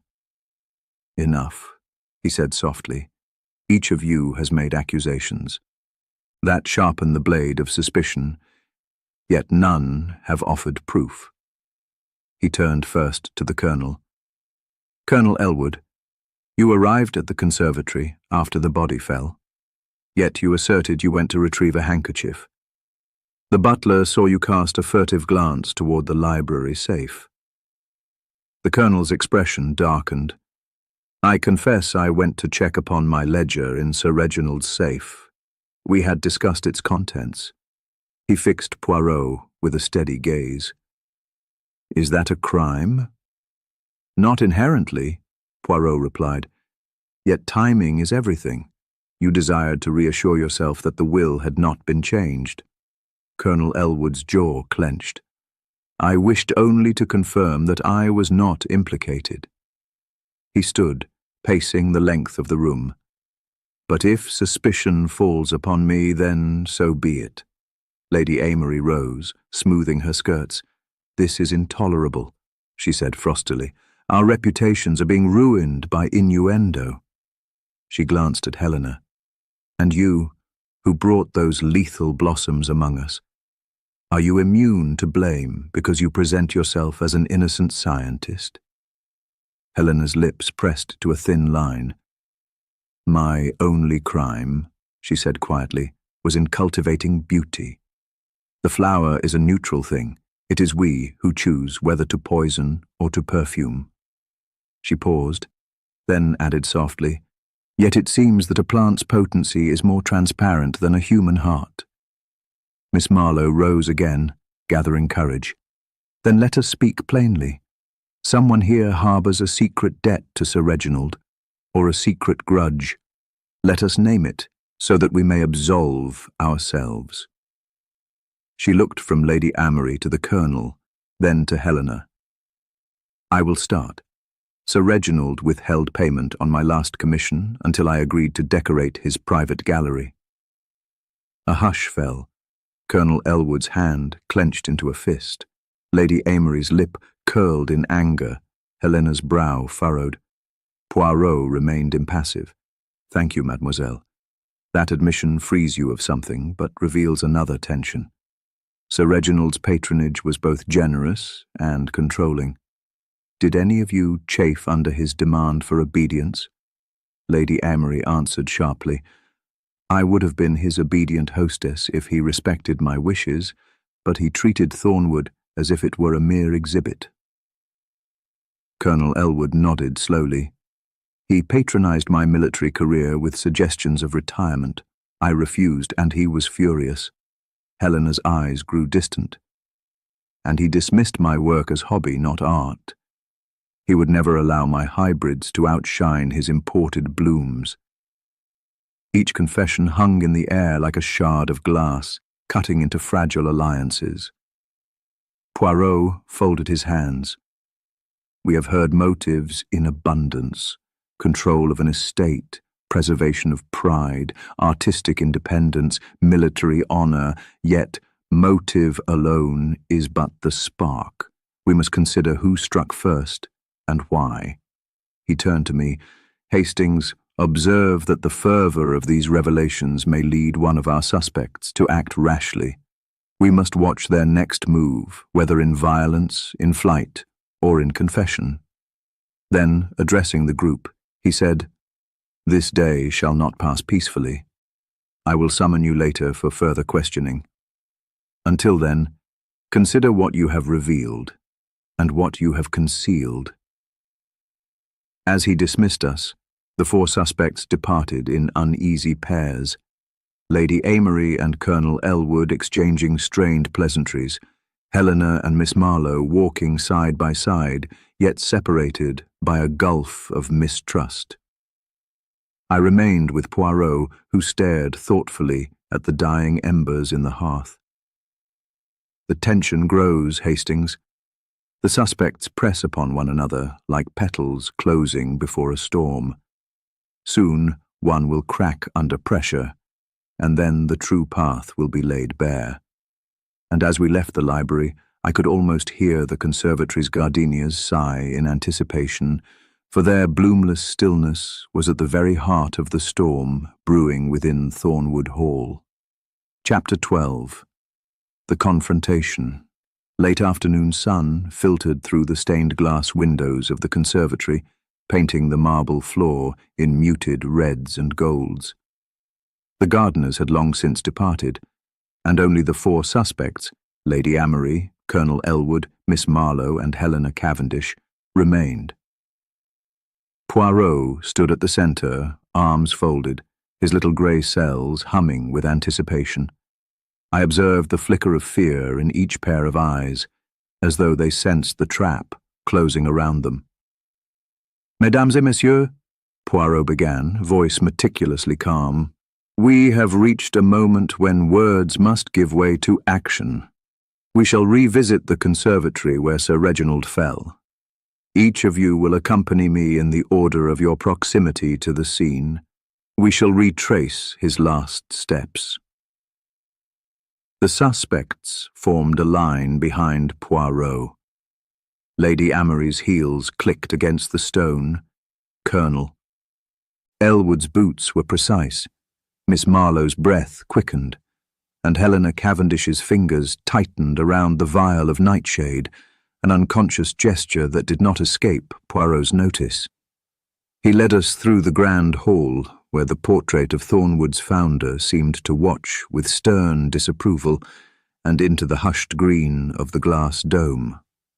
Poirot paused at the broken lantern plinth. Here, he said, the lamp was sabotaged. Who among you touched this switch? He let the question hang. Colonel Elwood shifted but claimed nothing. Lady Amory offered only a calm shake of her head. Miss Marlowe swallowed hard. Helena's face tightened. Poirot then surveyed their reactions in turn. He moved us along the marble path toward the table where the teacup had been discovered. This teacup, he said, once thought to condemn the colonel, now seems innocent of his hand. He tapped its rim. Who replaced the lemon and removed the sugar? No one answered. Poirot's gaze bored into Lady Amory. She drew in a measured breath. I returned it to the table after Colonel Elwood held it. I thought nothing of the change. She paused, eyes flicking guiltily toward Miss Marlowe. Poirot's mouth curved in a half-smile. A small admission, yet a telling one. Now, mademoiselle, he said, turning to Celia Marlowe, the pressed petal discovered in your satchel. Explain how it came to be there. Miss Marlowe's face crumpled. I found it on the floor near Sir Reginald's body. I meant to save it as a memorial. She looked at Helena. I did not know whose it was until Monsieur Poirot revealed its match. Poirot inclined his head but did not relent. And why, if your intention was remembrance, did you not preserve the entire bloom? Only one petal was taken. Miss Marlowe's voice faltered. It was dark, and I had only a moment. Her eyes brimmed with tears. Poirot then addressed Colonel Elwood. You claimed to admire the night-blooming jasmine purely in botanical interest. Yet your uniform bore pollen from that flower when none should have been present in your quarters. How do you explain that? The colonel pressed his lips together. I touched the blossoms to feel their texture, monsieur. My regret is that I was careless. He met Poirot's gaze. But carelessness is not murder. Turning to Helena Cavendish, Poirot's expression sharpened. And you, mademoiselle, curator of all things green and deadly, why did you remove the worthiest page from Sir Reginald's ledger? He held up the slim page where the will's new heir was named. Helena's breath caught. I did not remove it, she insisted. I found it there, beneath the desk, and meant to return it to the library. She gestured at the desk's recess. It had slipped into the crack. Poirot tapped the page. Yet the page bears the same sepia ink as Lady Amory's secretary uses, a notable detail. Lady Amory's cheeks flushed. My secretary writes little in the ledger, she protested quietly. His notes are brief, unsigned. Poirot combined the page with the will's disappearance. Only one person here had direct access to the library safe. You, madame, when you attempted to confirm that your own interests were safe. Lady Amory's jaw trembled. I did go to the safe, but only to ensure the estate would revert to me in Sir Reginald's absence. I did not know the will I sought was falsified. Silence settled. Poirot's gaze drifted among them. We see a pattern emerge, small acts of concealment, each intended to protect reputation or inheritance, yet each unwittingly illuminating a greater plan. But one of you advanced the plan with lethal precision. He stepped closer to Helena.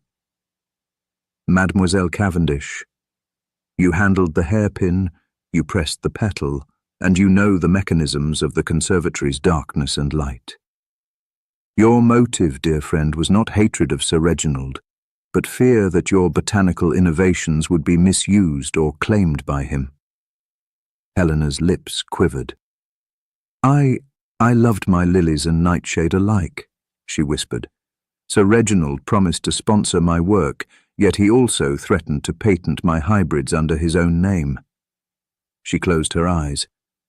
I confronted him, pleaded, and he dismissed me with a jest. My heart broke. Poirot watched her, moustaches bristling. A heartbroken scientist, pushed to the brink of despair, who chose the only method she believed inevitable. He paused, voice gentle. Yet the law demands more than despair. It demands proof. He pivoted to the group. I shall excuse Miss Cavendish to consider her conscience. Meanwhile, I require one final demonstration of resolve. He beckoned me. Hastings, assist me. Together we produced the hairpin from Poirot's case, its gardenia petals gleaming. He held it before Helena as though offering absolution and indictment simultaneously. Placed in Sir Reginald's lapel with intent to mislead, Poirot declared, voice low but firm. You pinned not love, but vengeance. Helena's shoulders slumped, and she turned away, tears glistening. Poirot set the pin on a velvet cushion. The weight of this tiny device was far greater than its slender stem. He straightened and addressed the remaining three.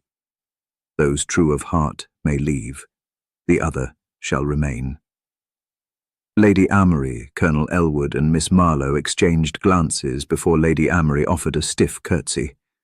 I have matters to attend. Colonel Elwood and Miss Marlowe followed her lead. As they departed, Poirot stood alone with Helena, moonlight and lantern glow intermingling on her bowed form. He placed a gloved hand on her shoulder. Mademoiselle, it is my duty to present you to Inspector Granger as the one most implicated. Yet I also present you as a woman compelled by the torment of a broken promise. He sighed softly. The next steps belong to the law, but the deeper judgment lies within your own heart. I watched Helena's trembling form as she was guided away. Under the glass dome where gardenias still lingered in silent witness, the confrontation reached its climax, and the final threads of deception lay poised to unravel. Chapter 13. A desperate attempt to escape. The hush of midnight had barely lifted when I was roused by a soft click echoing through the corridor outside my chamber. A chill ran down my spine, no ordinary sound at Thornwood Hall. Instinct told me it was more than a footman's misplaced key. Summoning my courage, I tiptoed to the door and peered into the dimly lit hall. There, beneath a tapestry depicting ancestral forebears, stood Helena Cavendish, her pale face illuminated by lantern light, gloved hand poised at the lock of the library door. My heart thundered in my chest. Before I could cry out, the door swung open, and she slipped inside with surprising agility. I hurried after her, calling, "Mademoiselle Cavendish." But she did not pause.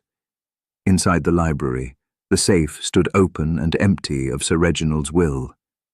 Helena moved toward it with determined steps, as though compelled by some unseen force. She placed a slender finger on the combination dial, eyes reflecting its brass sheen. I realized her intention, to recover the will, or perhaps to destroy another copy she feared existed. I cleared my throat. "Helena, this is not the way." She whirled, lantern casting wild shadows across her features. "Hastings," she whispered fiercely, "I cannot let them see me as a common felon. I must prove my innocence, or silence the final proof against me." Her words struck me like a blow. She meant to destroy the will rather than face justice. "Monsieur Poirot will never allow it," I urged. "He anticipated your move. He left instructions." At that moment, footsteps sounded outside. The soft padding of boots told me Poirot approached. Helena's eyes widened in panic. She clutched the lantern and dashed toward the shutters at the far end of the room. The windows stood ajar, the night wind stirring the heavy curtains. With a desperate tug, she flung the shutters wider and began to slip through the narrow gap. I lunged forward, grasping her arm. "Helena, no!" She tore free and dropped the lantern. The glass shards tinkled as it smashed, sending a spray of amber light across the carpet. She stumbled onto the marble sill and poised herself to leap onto the terrace below. Just then, Poirot's slender form appeared in the doorway, his face composed yet severe. "Mademoiselle," he called softly, "I thought you might try this." Helena hesitated, shoulders trembling. The night breeze caught her hair, and she looked as fragile as one of her own blooms. Poirot advanced a step, hands raised in gentle entreaty. "I arranged for you a private conveyance, so that you might depart at dawn without scandal. You need not risk breaking your neck tonight." Her gaze flickered between the open window and Poirot's calm eyes. Finding no escape there, she slid back into the room, arms winding around herself. I cannot bear the shame," she sobbed. Poirot folded his hands. "Shame is one thing, justice another. You confessed your motive under duress and passion. That is understandable. But to commit another deed in darkness, destroying evidence, would confirm guilt beyond redemption." Helena sank to the floor, burying her face in her hands. The torn sleeve of her gown revealed a smudge of sepia ink, the final stain linking her to the ledger page she claimed to have found innocently. I moved to offer her my handkerchief, and she accepted it with a shudder. Poirot surveyed us both. "I will inform Inspector Granger that you abandoned your plan. He will take you into protective custody rather than under arrest for another offense." His voice held both firmness and compassion. "Come, mademoiselle. Let us avert further tragedy." As Helena rose, Poirot signaled me. Together we guided her back toward the hallway. Outside, the night air pressed cold against our faces. The hall's security had been doubled, constables now posted at every entrance and corridor.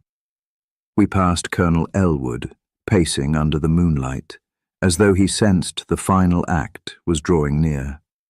Later, when Helena was safely under Inspector Granger's supervision in the billiard room, Poirot motioned me to join him at the foot of the grand staircase. The broken lantern glass glinted faintly at our feet, a reminder of the peril Helena had courted.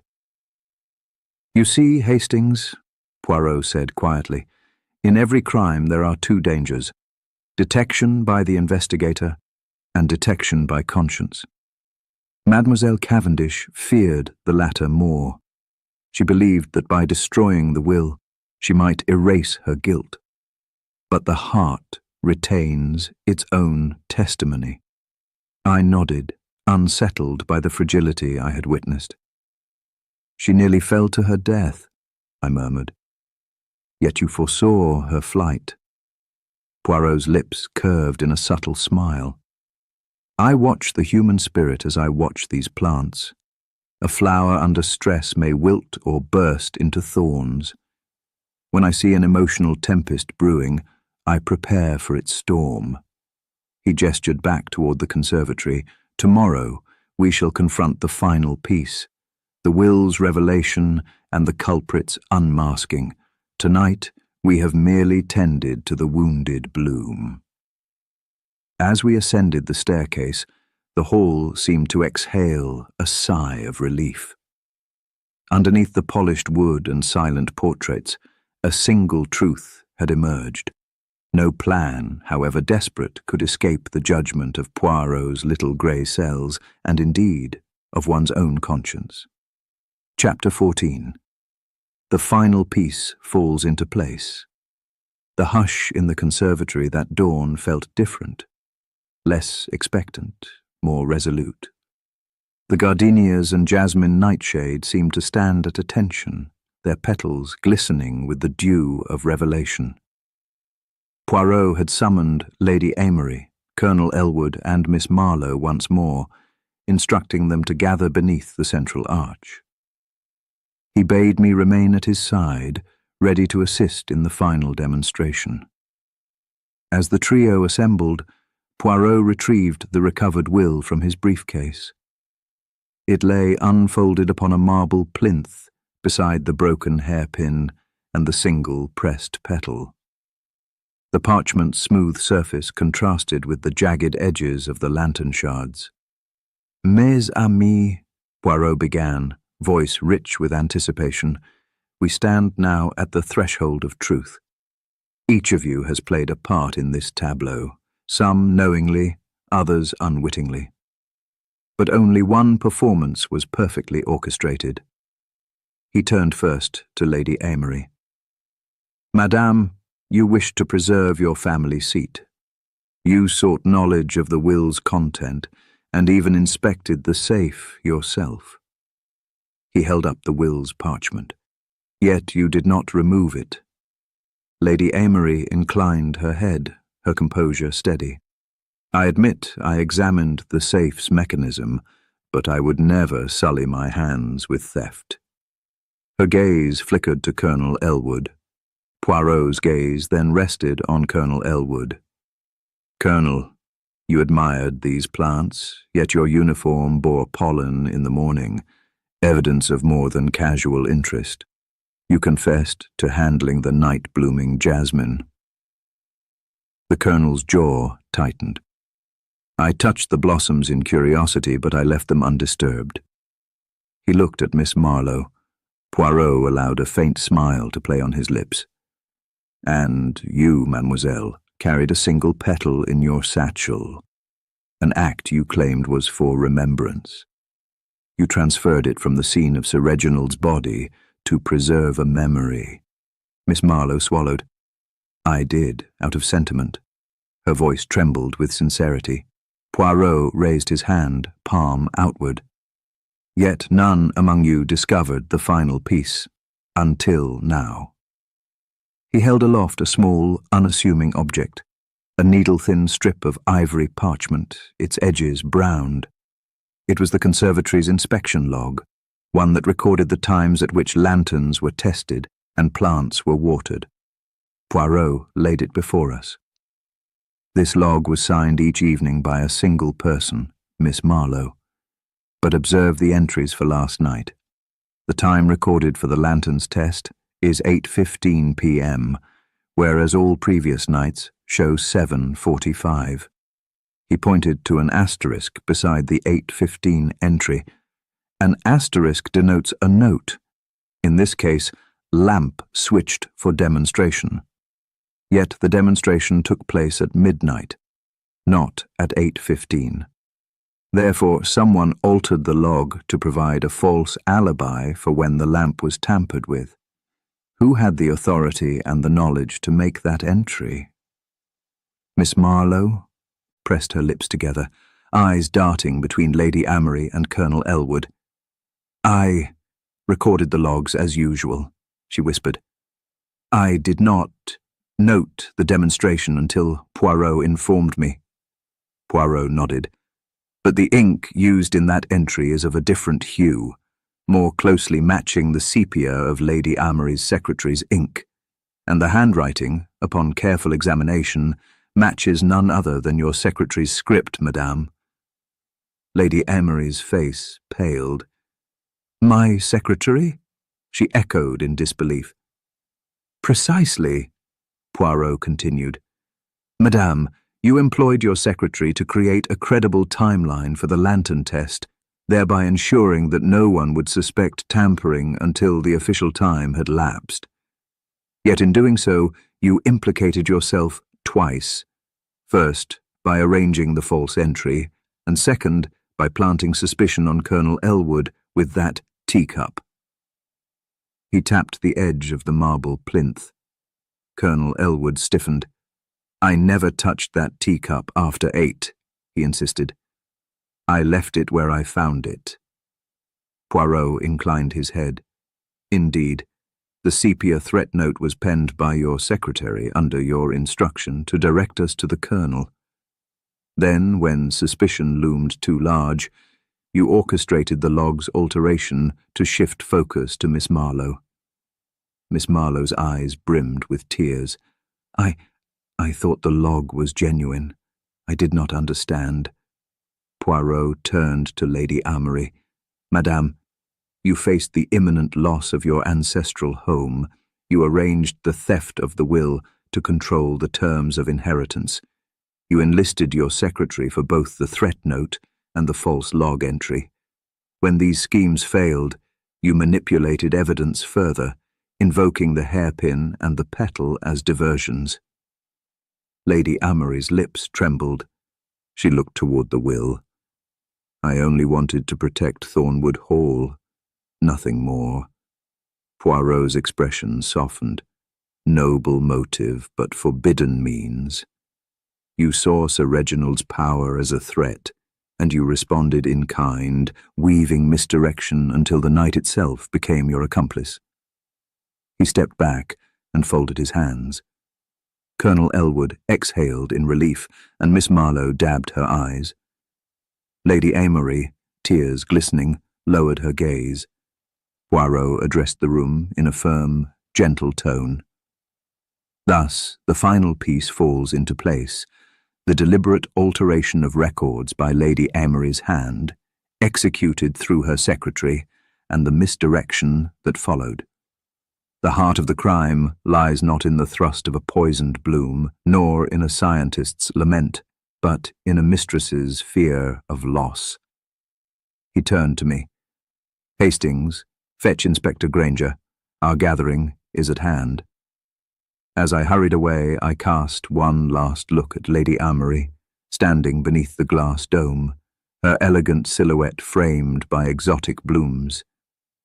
In that moment, I saw both her vulnerability and her resolve, and I understood that even the most refined deception could be laid bare by the little grey cells of Hercule Poirot. Chapter 15. The Final Gathering. Late afternoon light pooled like honey through the conservatory's glazed arches, illuminating the scene for the grand denouement. Poirot had instructed Colonel Elwood and Miss Marlowe to await him in the polished drawing-room, while Lady Amory, pale yet composed, took her place beneath the arch of white gardenias and moonlit jasmine. From the shadows I observed the constables forming an outer circle to ensure no one could slip away during the concluding act. Inspector Granger, summoned with all due gravity, stood to one side, ready to record every word. Poirot entered with his customary grace, moustaches perfectly quivered, and surveyed the trio before him. "Mesdames et messieurs," he began, voice resonant yet gentle, "we are assembled here today not as guests, but as witnesses to truth. Each of you has played a part, whether as suspect, as pawn, or as victim of circumstance. It falls now to reconstruct the precise sequence of events that led to Sir Reginald Fawcett's untimely demise and the subsequent theft of his will." He stepped to the marble plinth where the recovered will lay, smooth and unbroken. Beside it, on a velvet cushion, rested the silver hairpin shaped like a gardenia. On the floor, a single pressed petal lay framed by fragments of the shattered lantern. Poirot touched each object in turn with the tip of his cane. "Observe these tokens of misdirection. The hairpin meant to implicate a lover's jealousy, the petal to suggest a botanist's hand, and the darkness contrived to mask the true moment of crime. We must now lay each token in its rightful place." He turned to Colonel Elwood. "Colonel, you arrived at 8:15, drawn by an urgent note, penned in sepia, instructing you to meet Sir Reginald for reconciliation. You carried the cup of tea to his side, but found only a body. You pressed no weapon, you bore no stain beyond harmless pollen. Your presence was genuine, yet manipulated." The colonel inclined his head gravely, lips pressed together. Poirot pivoted to Miss Marlowe. "And you, mademoiselle, were summoned at 8:30 for an impromptu portrait sitting. You sketched Sir Reginald's expression only to witness him collapse. You retrieved the lone gardenia petal, believing it a memento of his passion for flowers, and unwittingly carried the murderer's clue. Your actions were of sentiment, not sin." Miss Marlowe's cheeks flushed, but she offered no protest. Poirot then lifted his gaze to Lady Amory. "You commanded the sequence of deceptions. First, the threat note, composed in your secretary's sepia ink, to lure the colonel. Then the safe's content, the will, was spirited away by none other than you, madame, under pretense of preservation. Next, the lantern's switch was manipulated at 8:20, recorded falsely in your conservatory log to suggest earlier testing. Finally, When suspicion threatened to unravel, you planted the hairpin upon Sir Reginald's lapel, ensuring his death would be deemed an affair of the heart rather than of ambition. Lady Amory's elegant composure trembled, but she remained silent. Poirot paused, letting the assembled objects and facts settle in the hush. Then, in a softer tone, he continued, "Allow me to offer the true chronology. At precisely 20 minutes past 8, you emerged from the library, having deftly opened the safe with the old combination etched in your memory from the trust Sir Reginald once bestowed. You retrieved the will and replaced it with a forged document naming yourself sole heir. You then manipulated the conservatory lamp switch, casting momentary darkness so that Sir Reginald, left alone in near darkness, would sip from a cup spiked with nightshade tea. His collapse, accompanied by the symbolic gardenia hairpin, was meant to mislead. You retrieved the petal to complete the mise-en-scène." Colonel Elwood's jaw dropped slightly, and Miss Marlowe's gloved hand flew to her throat. Lady Amory met Poirot's gaze with a brittle calm. "Why?" she whispered. "Because," Poirot replied evenly, "you loved this estate as you loved your own bloodline. You believed that by orchestrating his demise, you could preserve Thornwood Hall's legacy.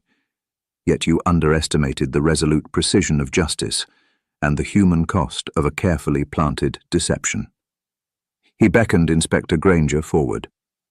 "Inspector, I present to you Lady Constance Amory as the person most responsible for Sir Reginald's death and the removal of his will." Granger inclined his head gravely and stepped forward to place Lady Amory under formal restraint. As the constables moved in, Poirot addressed the subdued gathering. "Mes amis, the affair is not without tragedy. Sir Reginald's promise to Lady Amory, once firm, became the instrument of his undoing. Yet I trust that the law will show mercy appropriate to motive." He paused, then turned to me and smiled faintly. "Hastings, the threads of this tapestry have been drawn taut. In our next step, we shall bring closure to the memory of the fallen." The assembled guests dispersed silently, shadows lengthening beneath the glass dome. In that hush, I noted how each person's posture had shifted. Colonel Elwood's relief tempered by sorrow, Miss Marlowe's gratitude tinged with guilt, and Lady Amory's regal bearing transformed into haunted dignity. As the doors closed behind Inspector Granger and his charge, Poirot stood still, surveying the scene of botanic beauty and human tragedy. "I shall remain here a moment longer, Hastings," he said softly, "to ponder how the bloom of ambition can turn deadly, and how the smallest petal can bear the weight of a soul's deception." And with that, he allowed the hush to deepen, as though fitting for a final meditation before the ultimate reveal. Chapter 16. The Reveal. The drawing-room's hush deepened as Inspector Granger led Lady Amory away, leaving Colonel Elwood and Miss Marlowe alone with Poirot and me beneath the grand portrait of Thornwood Hall's founder. Colonel Elwood rested one hand upon the back of a leather armchair, eyes haunted by the recent confession. Miss Marlowe fidgeted with the hem of her skirt, pale fingers trembling. Poirot surveyed them both with that serene intensity that presaged another wave of revelation. "Mes amis," Poirot began, voice soft yet undeniable. "Before we conclude our inquiry, I wish to lay out the full tapestry of events. It is one thing to name the culprit. It is quite another to demonstrate how each thread of evidence interweaves to form the final design." He motioned to the marble table behind him, where the key items lay: the threat note, the conservatory log, the silver hairpin, the pressed petal, the broken lantern fragments, and the recovered will. First, he picked up the threat note, its sepia ink uneven and aged. This note was penned by Lady Amory's secretary, using sepia ink reserved for personal correspondence. It was delivered to Colonel Elwood at 8 o'clock, summoning him here under a false pretext. By implicating him first, Madame sought to divert suspicion away from herself. Next, Poirot held the conservatory log, opened to the entry for last night. Observe the discrepancy in both time and ink. All previous entries are at 7:45 p.m. in black ink. This one, at 8:15, is written in sepia and bears an asterisk. That asterisk corresponds to a forged memorandum in Lady Amory's secretary's hand, backdating the lamp test to conceal the actual moment of darkness. He tapped the page thoughtfully. By altering this record, Madame ensured that no one would suspect tampering until too late. Poirot then lifted the hairpin. The gardenia-shaped hairpin, placed deliberately in Sir Reginald's lapel, served as a potent symbol: love, innocence, purity. It was intended to suggest a crime of passion, perhaps by a jilted lover, rather than one of calculated ambition. He demonstrated how its clasp matched scratch marks on the carpet just beneath Sir Reginald's hand. Yet the hairpin's polish residue, silver particles, mirrored those found on the single pressed petal recovered from the satchel carried by Miss Marlowe. This pairing of pin and petal completed a tableau designed to implicate both botanist and artist. He set down the hairpin and picked up the pressed petal. Miss Marlowe believed she was preserving a memento, but the transplanting of this single petal from the scene to her satchel was orchestrated by Lady Amory. The intent was to have Miss Marlowe discover and reveal it under duress, further clouding the investigation. Miss Marlowe's eyes filled with tears. "I did not realize," she whispered. Poirot inclined his head sympathetically. Turning to the lantern fragments, Poirot traced their jagged edges. The lamp switch was engaged at 8:20, when Sir Reginald stood alone, vulnerable to the poisoned tea. The momentary darkness provided the cover needed to deliver the nightshade toxin. By restoring light swiftly, Madame minimized the risk of permanent damage to the lamp, preserving the guise of a minor inconvenience. He indicated the wax smear still clinging to one shard. Only a practiced hand could twist and release so cleanly, a hand that knew the mechanism intimately. "Yours, Madame." Poirot then produced the small recovered will. "Here is Sir Reginald's true testament, naming heirs unknown to those left to mourn. Compare this to the forged document found in Lady Amory's desk. One names herself sole beneficiary. The other distributes Thornwood Hall to his distant nephew. The motive is clear: to secure the estate upon Sir Reginald's death." He tapped the parchment. By removing the genuine will and substituting the forgery, Madame attempted to rewrite history in her favor.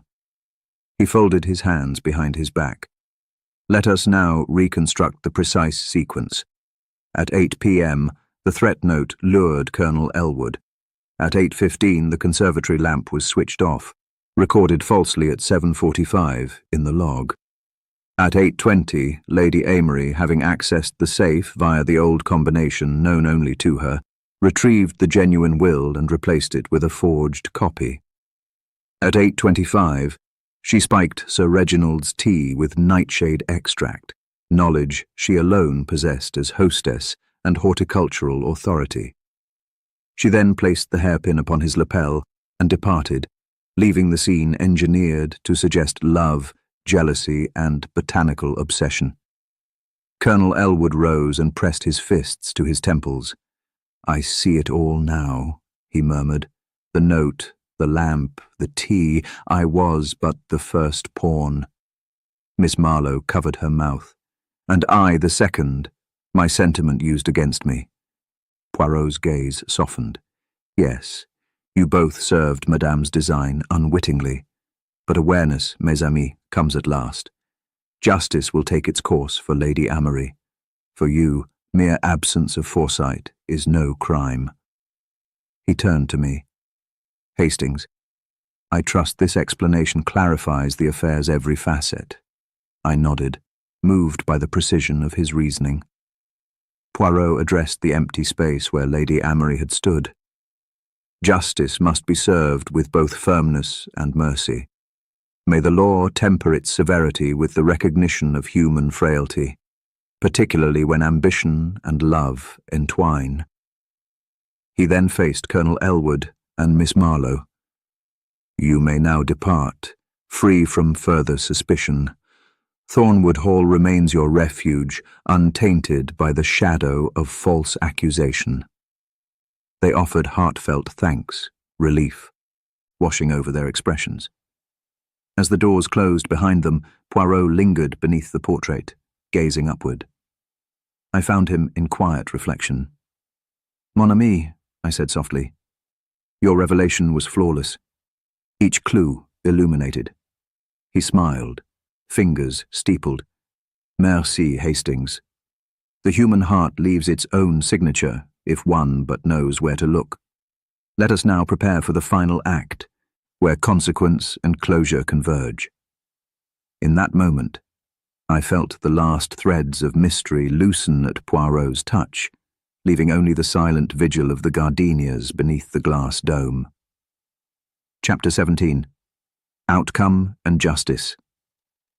The following morning, Thornwood Hall stirred with a rare hush. Word of Lady Amory's arrest had spread among staff and neighbours, imbuing the estate with a solemn gravity. The servants moved silently through corridors once vibrant with genteel chatter, and the gardenias in the conservatory seemed to droop, as though they, too, mourned the loss of their mistress's innocence. Poirot and I walked that glass-domed sanctuary together, each step echoing softly against the marble floor. He paused beneath the arch where Lady Amory had stood during her final gathering. Hastings, he murmured, justice must be tempered with understanding.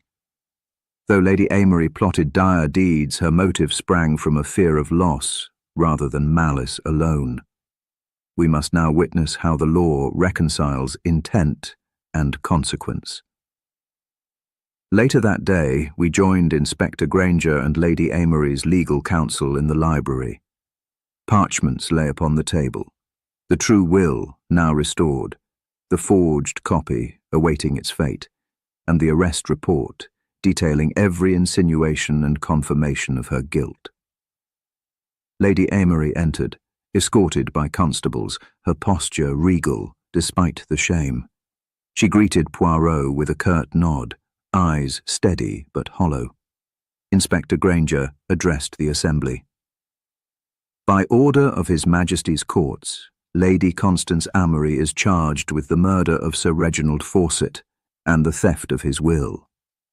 Evidence presented by Monsieur Poirot has deemed her actions premeditated and calculated.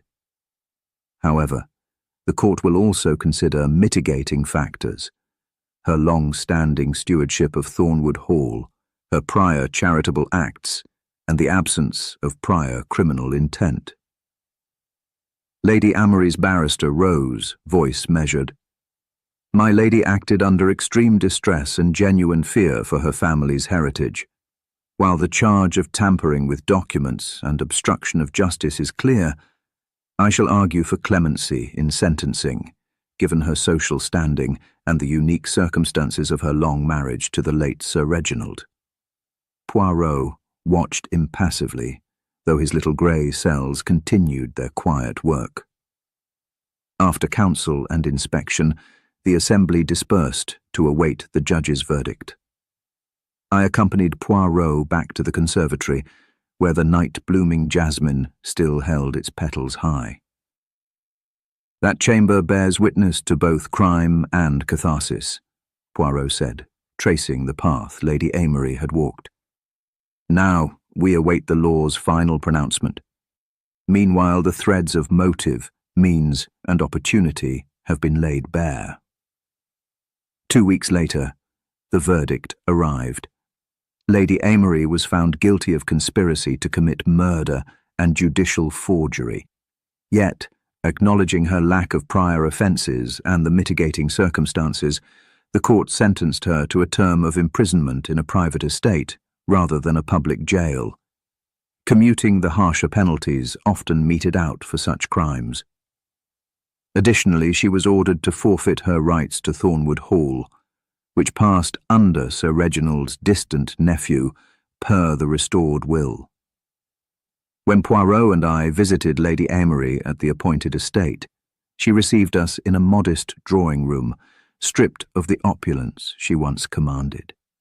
Her hair was streaked with silver, and her posture bore the weight of regret. She offered a faint, rueful smile upon seeing Poirot.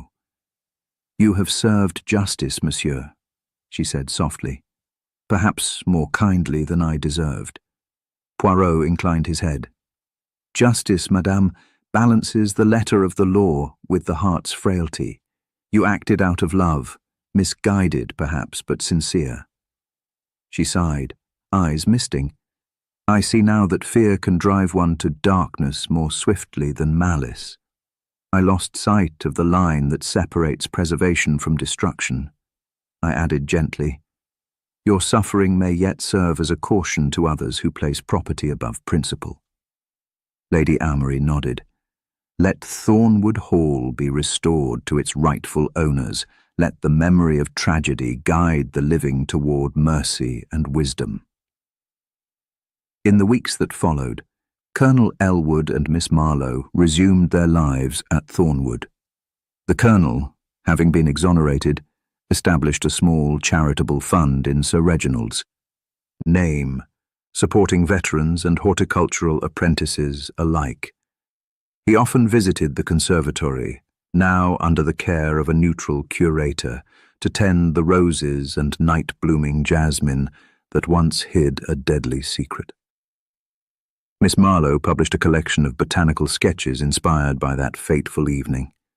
The volume, entitled Blooms of Thornwood, included delicate renderings of gardenias, orchids, and the elusive Solanum jasminoids. In its dedication, she honoured Sir Reginald's memory and credited Poirot for rescuing her from the shadow of false suspicion.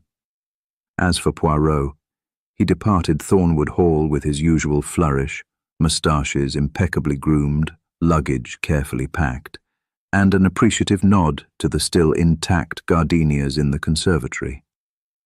Before we boarded the train, he paused on the platform, adjusting his lapel pin. "Hastings," he said, voice carrying its familiar warmth, "we have seen how fragile the bloom of intention can be when pruned by fear. Let us carry this lesson forward, that human hearts, like the most delicate flowers, require both light and gentle tending." I smiled and offered my arm. "Indeed, mon ami, and may your little grey cells continue to illuminate the darkest of mysteries." With that, we stepped aboard, leaving Thornwood Hall and its lessons in the soft glow of an English sunrise. Chapter 18. The Closing Remark. The steam from the early morning locomotive curled into the crisp air as Poirot and I settled into our compartment, leaving Thornwood Hall's silhouette framed by the rising sun. The events of these past days, the death of Sir Reginald, the theft of his will, Lady Amory's desperate machinations, seemed in the bright light of day like a dark undercurrent beneath the genteel surface of an English estate. Yet it was in those very contrasts, between appearance and reality, between duty and desire, that the truth lay concealed, waiting for Poirot's little grey cells to unearth it. Poirot regarded me with a contemplative air, fingertips brushing his meticulously groomed moustache. "Hastings, every case brings its own lesson," he said quietly. "Here, we witnessed how fear of loss can drive the most refined heart to deeds more ruthless than malice itself. Lady Amory loved her heritage, yet in her love she sowed betrayal. He sighed, gazing out the window as fields of gold and green slipped by. And in the end, justice showed compassion, for her motives were rooted in preservation rather than pure hatred. I nodded, reflecting on how Colonel Elwood and Miss Marlowe had emerged from suspicion with renewed purpose. The Colonel's charitable fund and Miss Marlowe's botanical sketches stood as testaments to resilience, evidence that even those touched by tragedy could cultivate beauty from sorrow. It was heartening, I replied, to see them reclaim Thornwood's legacy in such positive ways. Poirot turned a small, knowing smile. Indeed. Yet remember, Hastings, that it is not only the innocent who deserve redemption, but the guilty who deserve understanding. Lady Amory's sentence was measured, neither too harsh nor too lenient. The law must uphold order, but humanity must temper justice with mercy. The train's rhythmic clatter seemed to echo his sentiment. We fell into companionable silence, each lost in thought. Soon the village station loomed ahead, the terminus of our journey and the threshold to fresh adventures. But before our departure, Poirot produced from his jacket a single gardenia petal, the last surviving token from Thornwood's conservatory. He held it up to the light. See, Hastings, even the gentlest bloom can bear witness to the darkest act. This petal carries within it the fragrance of memory, both sweet and sorrowful. He laid it gently on the lacquered table. Let it remind us that behind every case lies a human heart, fragile and complex. I leaned forward, eyes following the petal's delicate curves. And what of Sir Reginald's distant nephew, now master of Thornwood Hall? I asked. Will the estate thrive under new stewardship? Poirot tapped his chin thoughtfully. One hopes so. The nephew was known to Sir Reginald only by reputation, a gentleman of modest means who values heritage over profit. Perhaps his tenure will restore balance, preserving Thornwood's beauty without the desperation that led his aunt astray. At that moment, the conductor announced our arrival. We gathered our belongings, Poirot's trusty carpet bag, my case, and prepared to step onto the platform. Before disembarking, Poirot turned to me and offered a final reflection. Hastings, the human soul is like a conservatory. It shelters both blossoms and dangers, nurtures growth yet can harbour poisons. The detective's task is to tend this fragile garden with care, to prune deceit, cultivate truth, and ensure that no hidden stem can bloom into tragedy. He paused, tapping his moustache with a glint in his eye. And now, mon ami, let us alight and leave Thornwood's secrets behind, until the next case calls upon our little grey cells. I smiled and offered my arm. Lead the way, Poirot.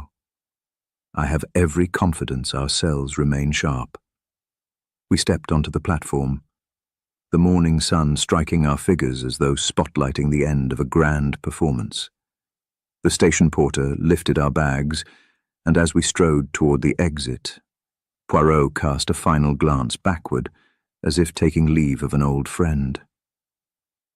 Thornwood Hall may stand silent for now, he murmured, but in the hearts of those who tended its gardens, both literal and metaphorical, its memory will bloom forever.